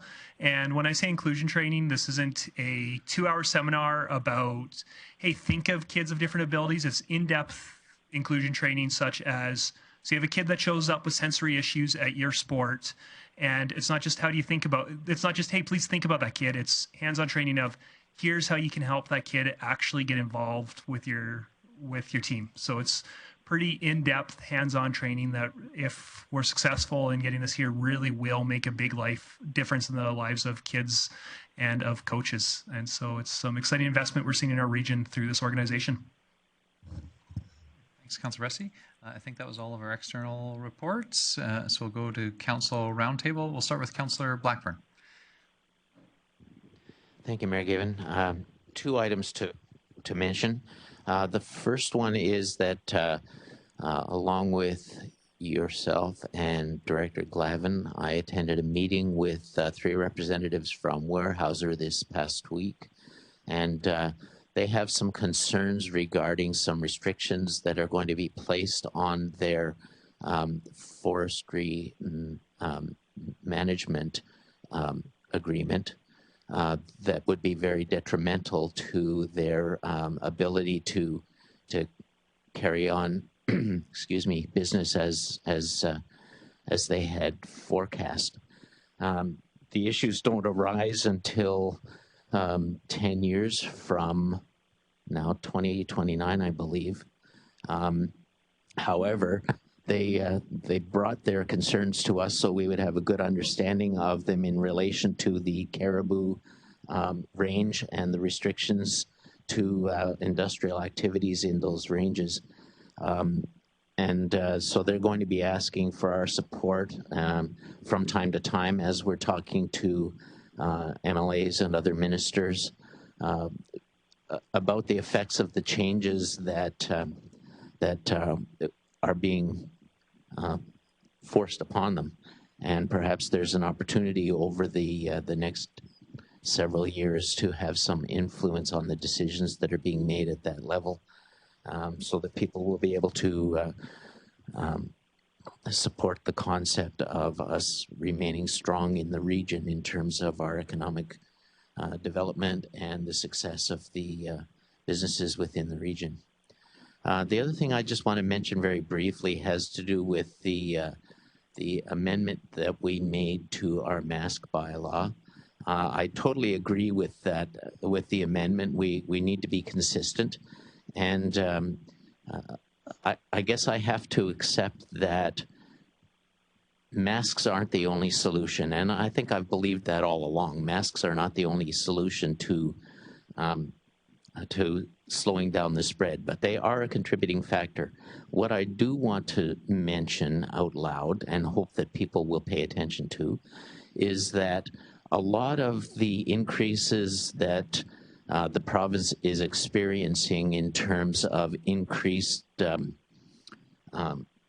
numbers of cases and the potential for some overburdening of our healthcare system is the number of times that people are gathering for social gatherings or family gatherings where as a result of that there are infections. And we all know that any time that an infection goes undiscovered, there's the opportunity for a great deal of further spread before the person who has been infected actually knows it. So I just want to encourage people throughout our city and region to think carefully about the gatherings that they're going to attend, and if they have to attend any of those gatherings, that they use masks, do the hand washing, do the social distancing, and just be extra careful, because I can see that this pandemic is not going away soon, and that it will indeed have a great effect on this city as well as around the province. So I'm pleading for cooperation from people in ensuring that they do their part to stop the spread of COVID-19. Thank you. Okay, thanks, Councillor Blackburn. Councillor Thiessen. Thank you very much, Mayor Given. So I just had one event I wanted to touch base with. I had the opportunity with several members of council. I think I know them all: Councillor Bressey, Councillor Clayton, Councillor Friesen, and maybe Councillor O'Toole and myself. Trying to remember exactly, I'm not sure. But we got to go on a business walk with our economic development team in different areas around town. And that was a very valuable experience, especially for me. Like my area was in Junction Point. You know, there's a lot of professionals there. I don't know if we call them small business, but it was nice to touch base with like the doctors, the physiotherapists, the kinesiologists, the chiropractors, and everyone else that makes up their business in the healthcare field. And see how they're doing, and really get an understanding as based off of their location what we can do more. And resoundingly, everyone was very appreciative of it. We even had a new doctor's office pop up there, and he's like, "Oh, I like this," and he gave us some suggestions of how we can make business permitting a lot easier for people in his situation. So I know that we were taking notes there. Yeah, also a lot of props for our community support and outreach team as well, that they were really good responding to calls or complaints within 5 minutes, and helping assist, you know, with somebody who was inebriated or somebody who was homeless and just sleeping on the side there, or looking for access into the business. So it was a good reminder that sometimes it's the little things we do that make a big difference in our community. Thank you very much. Thanks, Councillor Thiessen. Councillor Pilat. Thanks, Mayor Given. 2 events for me for the last couple of weeks. A few years back when I first got on council, I got to take assessment review board training, and I got to use it for the first time a couple of weeks ago. It was actually quite interesting going through the process, and yeah, it was neat to see how you're constantly trying to safeguard and protect the city in those scenarios. So it was a good process to go through, and I think it gave me a little bit more empathy with what our taxation has to deal with, and also our business community, some of their struggles. But anyways, that was one of them. The other one was last week, Councillor, or a couple, I guess 2 weeks ago now, Councillor Clayton and myself had an opportunity to go to the Alberta Parks and Recreation Conference. The conference itself was very low attended, but what was I think one of the highlights for me anyways, was we had a couple members of our administration there as well, and I just always love the opportunity to speak to our administration on those kind of forums, and having some great spitballs, some great ideas. So I want to thank the 2 ladies that were present, because I think they definitely opened my eyes to a few things, and I think we had lots of good conversation. Overall, the conference was good. The challenges with Zoom lived on there as well. There was many sessions that we tried to attend that you couldn't actually hear and didn't work well, and so it was a little bit disappointing that way, and I think they were trying to work through it. But it was definitely good to be back and seeing peers from around the province and having good conversations with other municipalities, specifically at that point about our potential rec facility. So we had a lot of good comments about what we could look at with our rec facility that I think Councillor Clyde and I brought up. But as conversations about that facility continue to happen, I'm sure we'll continue to add on. So those are the two highlights for me. Thanks, Councillor Pilat. Councillor Friesen. Thank you, Mayor Given. I very much enjoyed doing the business walks with economic development. It was great to talk to a number of businesses and see how different types of businesses are faring, and had the opportunity to, in fact, see a couple of new businesses that had just opened even during COVID. So that's really interesting that, you know, we worry about and rightly so, how businesses are adapting and managing. But it really was good to see and be able to celebrate with a couple of new business owners as well. I also spent some time with Councillor Bressey here in Chambers with grade 6 students from Hillcrest Mennonite School. So Mayor Given came in to be the rock star that he is for a couple of minutes, and then left Councillor Bressey and myself to do the grunt work of it, which in my opinion is a lot of fun. It was a great group that had some really good questions, and exciting to see them actually in Chambers. It's very different from the times when we go out to the classrooms and get to meet with them. They really do get a sense that City Council is accessible for our residents, and so that was a lot of fun this week. My highlight. Thanks, Councillor Friesen. Councillor Clayton. Thanks, Mayor Given. As well, I wanted to thank administration for and the Economic Development Department for putting together the small business sort of rejig in regards to what we traditionally do. It was, I quite enjoyed it. In past years, there's been other events, but this year it was nice to get out and be in the doors of businesses. And some of them, like as mentioned, you may not have had a chance to visit before. So I really appreciated that initiative and thank the Economic Development Department and Ms. Lee for putting that together. The other couple other things I'll just mention briefly, but I think someone else will have more information on it. I attended with Councillor O'Toole, Bressey, Mayor Given, Councillor Friesen, the Habitat for Humanity house dedication event, and I'll leave that for Mayor Given to maybe to expand on, but it was a great, attended event in horrible weather conditions, but it was a very exciting day for that organization, for the Rotary Clubs of Grande Prairie, and as well as for the City of Grande Prairie. Also had the opportunity to attend with Councillor Minhas and Councillor Bressey and Mayor Given, very brief meeting with Minister McIver, Minister of Transportation, as well as Minister Allard and Minister Taves. The Minister of Transportation was in Grande Prairie to speak with industry on a couple upcoming regulation type business, and in that we also had an opportunity to thank the minister for the support in the COVID stimulus projects, and that, you know, we confirmed that he had received our letters and was in support of that.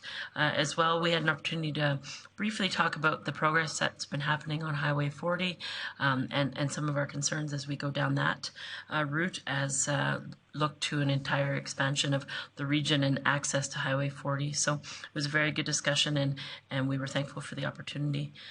With that, I will stop now. Thanks. Thanks, just like Councillor O'Toole. Thank you very much, Mayor Given. I also want to highlight Habitat for Humanity dedication. To me, it was a cold day. It was snowing, but there was lots of people that were warm because of the hearts that were just pumping from the people that were going to receive these homes. And so I think this is a great project that the city got involved with. And hats off to Habitat for Humanity, and hats off also goes to the Rotary Club of Grande Prairie. And I also met with a number of businesses in the downtown area during Small Business Week, and I kind of was trying to figure out exactly how many numbers of people or businesses, but I think it was around 20 that Rory Tarrant and myself visited. Some people were quite happy with the way things are going because they're in the food business and they're selling lots of food, and others were challenging for sure, but they really were excited when city people come in to talk to them about how things are going, and I got my vote to make sure that this happens again next year. And also I worked with council to fill out a survey on the interim Alberta Police Advisory Board. We met here at council, and it was just a group situation where we were asked a question and we gave us our opinion, but I think that'll go a long way. So thank you very much. Thanks, Councillor Toole. Councillor Bressey. Great. Thank you, Mayor Given.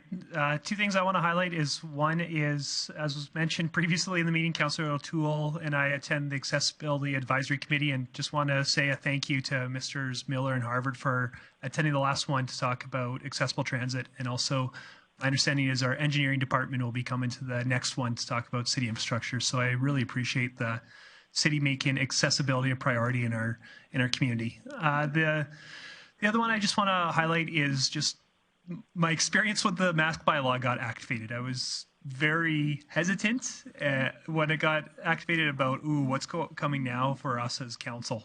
And I was very proud of how the community responded. I know that instantly I started getting all kinds of emails, Facebook messages, phone calls, and I don't think I got one nasty one. I don't think I got one that was full of threats or full of bad language or full of bad faith arguments like I got when we were actually debating the bylaw. I got people opposed, but they did so civilly, and maybe some had different experiences, but overwhelmingly, even if there was disagreement, it was civil disagreement. But all my phone calls, all my Facebook messages were people asking me questions, just trying to figure out how to go along with the bylaw. And I even had some people call me who I know were vigorously opposed to the bylaw, and yet they were calling me asking, hey, I'm trying to figure this out now. And I was really proud of those were all businesses, and I was really proud of those business owners saying, you know what, we're gonna, even if we disagree, we're still gonna be community members, and we're still gonna work with our community even if we don't always agree with our community. So I've been really proud of our community as that bylaw has been triggered, and so I just wanted to highlight that.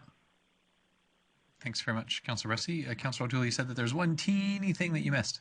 Well, it's a teeny little statement, but I just want to put my thanks to John Christa. He's the owner of Better Than Fred's. He has a customer that comes in on a regular basis. She's in a wheelchair. Keisha Mastrodomus. I know she's a good friend of mine. I just can't remember how to say her name very well before butchering it. But she's in a wheelchair. She was in an accident a number of years ago where she hit a moose, and she likes to play pool. And she mentioned it to one of her people. Boy, I wouldn't mind sitting up there with you guys. John looked at it. The next day, he had Lee Sheet Metal come down, build a ramp, and now she can be with her people. And I know John's probably going to kill me when he hears about this, that I did it on council. But you know what? His heart is in the community, and Keisha is now, she was absolutely floored by this showing of appreciation, and I just wanted to throw that highlight out. Thank you. Thanks, Councillor Toole. That's a worthwhile mention, and I'm really happy we came back for that. A number of the events that I attended have already been covered. I will just identify that I also went to an AUMA Board of Directors meeting in Edmonton. There was a mention of the survey for the Alberta Interim Police Advisory Committee, and I will say that we had one of those meetings as well, where we reviewed the initial results from the survey. So the City of Grande Prairie survey is already in there with other municipalities. We're looking at breaking down the survey by municipality class to see how the different opinions might differ between the larger municipalities that had been paying for policing and the ones that didn't before. But just for those council members that participated in submitting that survey with administration, it's already been received and it's being analyzed. I also participated in an interview, a Facebook Live interview, with respect to answering some questions that businesses might have. This was the day after the implementation of our mask bylaw. It was at the invitation of Jennifer Medituck, a local business owner who, over the COVID period, has really sort of taken hold of the opportunity to connect businesses, and she does a lot of these business interviews. I was pleased to be invited and pleased to share on behalf of the City of Grande Prairie some of what I think our council's perspective is around the bylaw, and that the overall intent is for people to comply, that it isn't intended to be punitive, and that you know, the interpretations that administration is willing to work with businesses in the spirit of everybody trying to do the best that they can. And so I was happy to be able to do that. I was here at City Hall to receive the presentation of the first poppy, and so I know that you'll see a number of members of council wearing their poppies. It is that time of year again, although it may be a little bit different for Remembrance Day celebrations. I understand that the Legion will not be using the Revolution Place for the indoor celebration. I believe that there still will be a celebration or acknowledgement at the Cenotaph in the park downtown. I would request that the communities really look for details on exactly how that's going to be planned. The City of Grande Prairie is not the organizer of that. But even if it is an outdoor event, typically that event is very, very well attended when there are two Remembrance Day celebrations going on at the same time.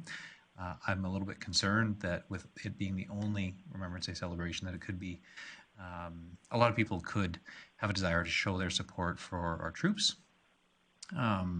So I'd encourage residents to make sure that they really know what the plan is around that before just attending, and maybe the City of Grande Prairie can work to, with the organizers to make sure that we get that out through all of our channels.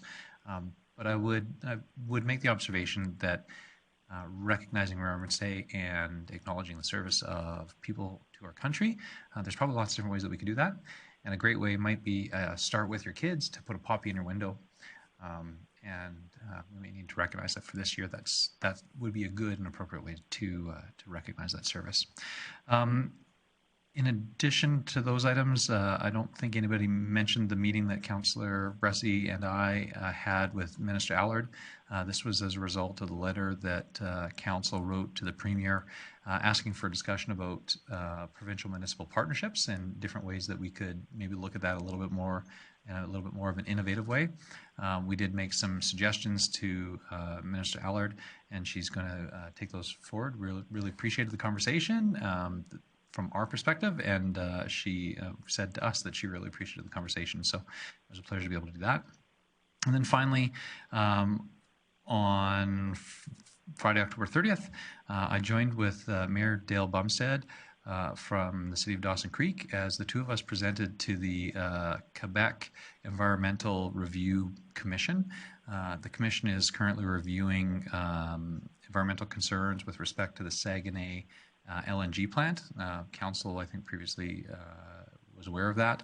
So it was my pleasure to present with Mayor Bumstead a Western Canadian perspective about how that development actually can help transition the world to a lower carbon intense economy, and how the development of natural resources in Western Canada is well understood, the safety practices of industry here, as well as their concern for minimizing their environmental footprint and environmental impact, were all messages that we were pleased to share with the Commission. I will say that about 15 minutes after the presentation from the Commission, I received an email from a Quebec resident who is watching, who had some perspectives to share with me. But I think that this kind of national dialogue is really what is going to move things forward. And so it was a pleasure to be able to partner, interprovincial partnership to advance the interests of our natural resource development in our region. And with that, I think I will call our meeting adjourned.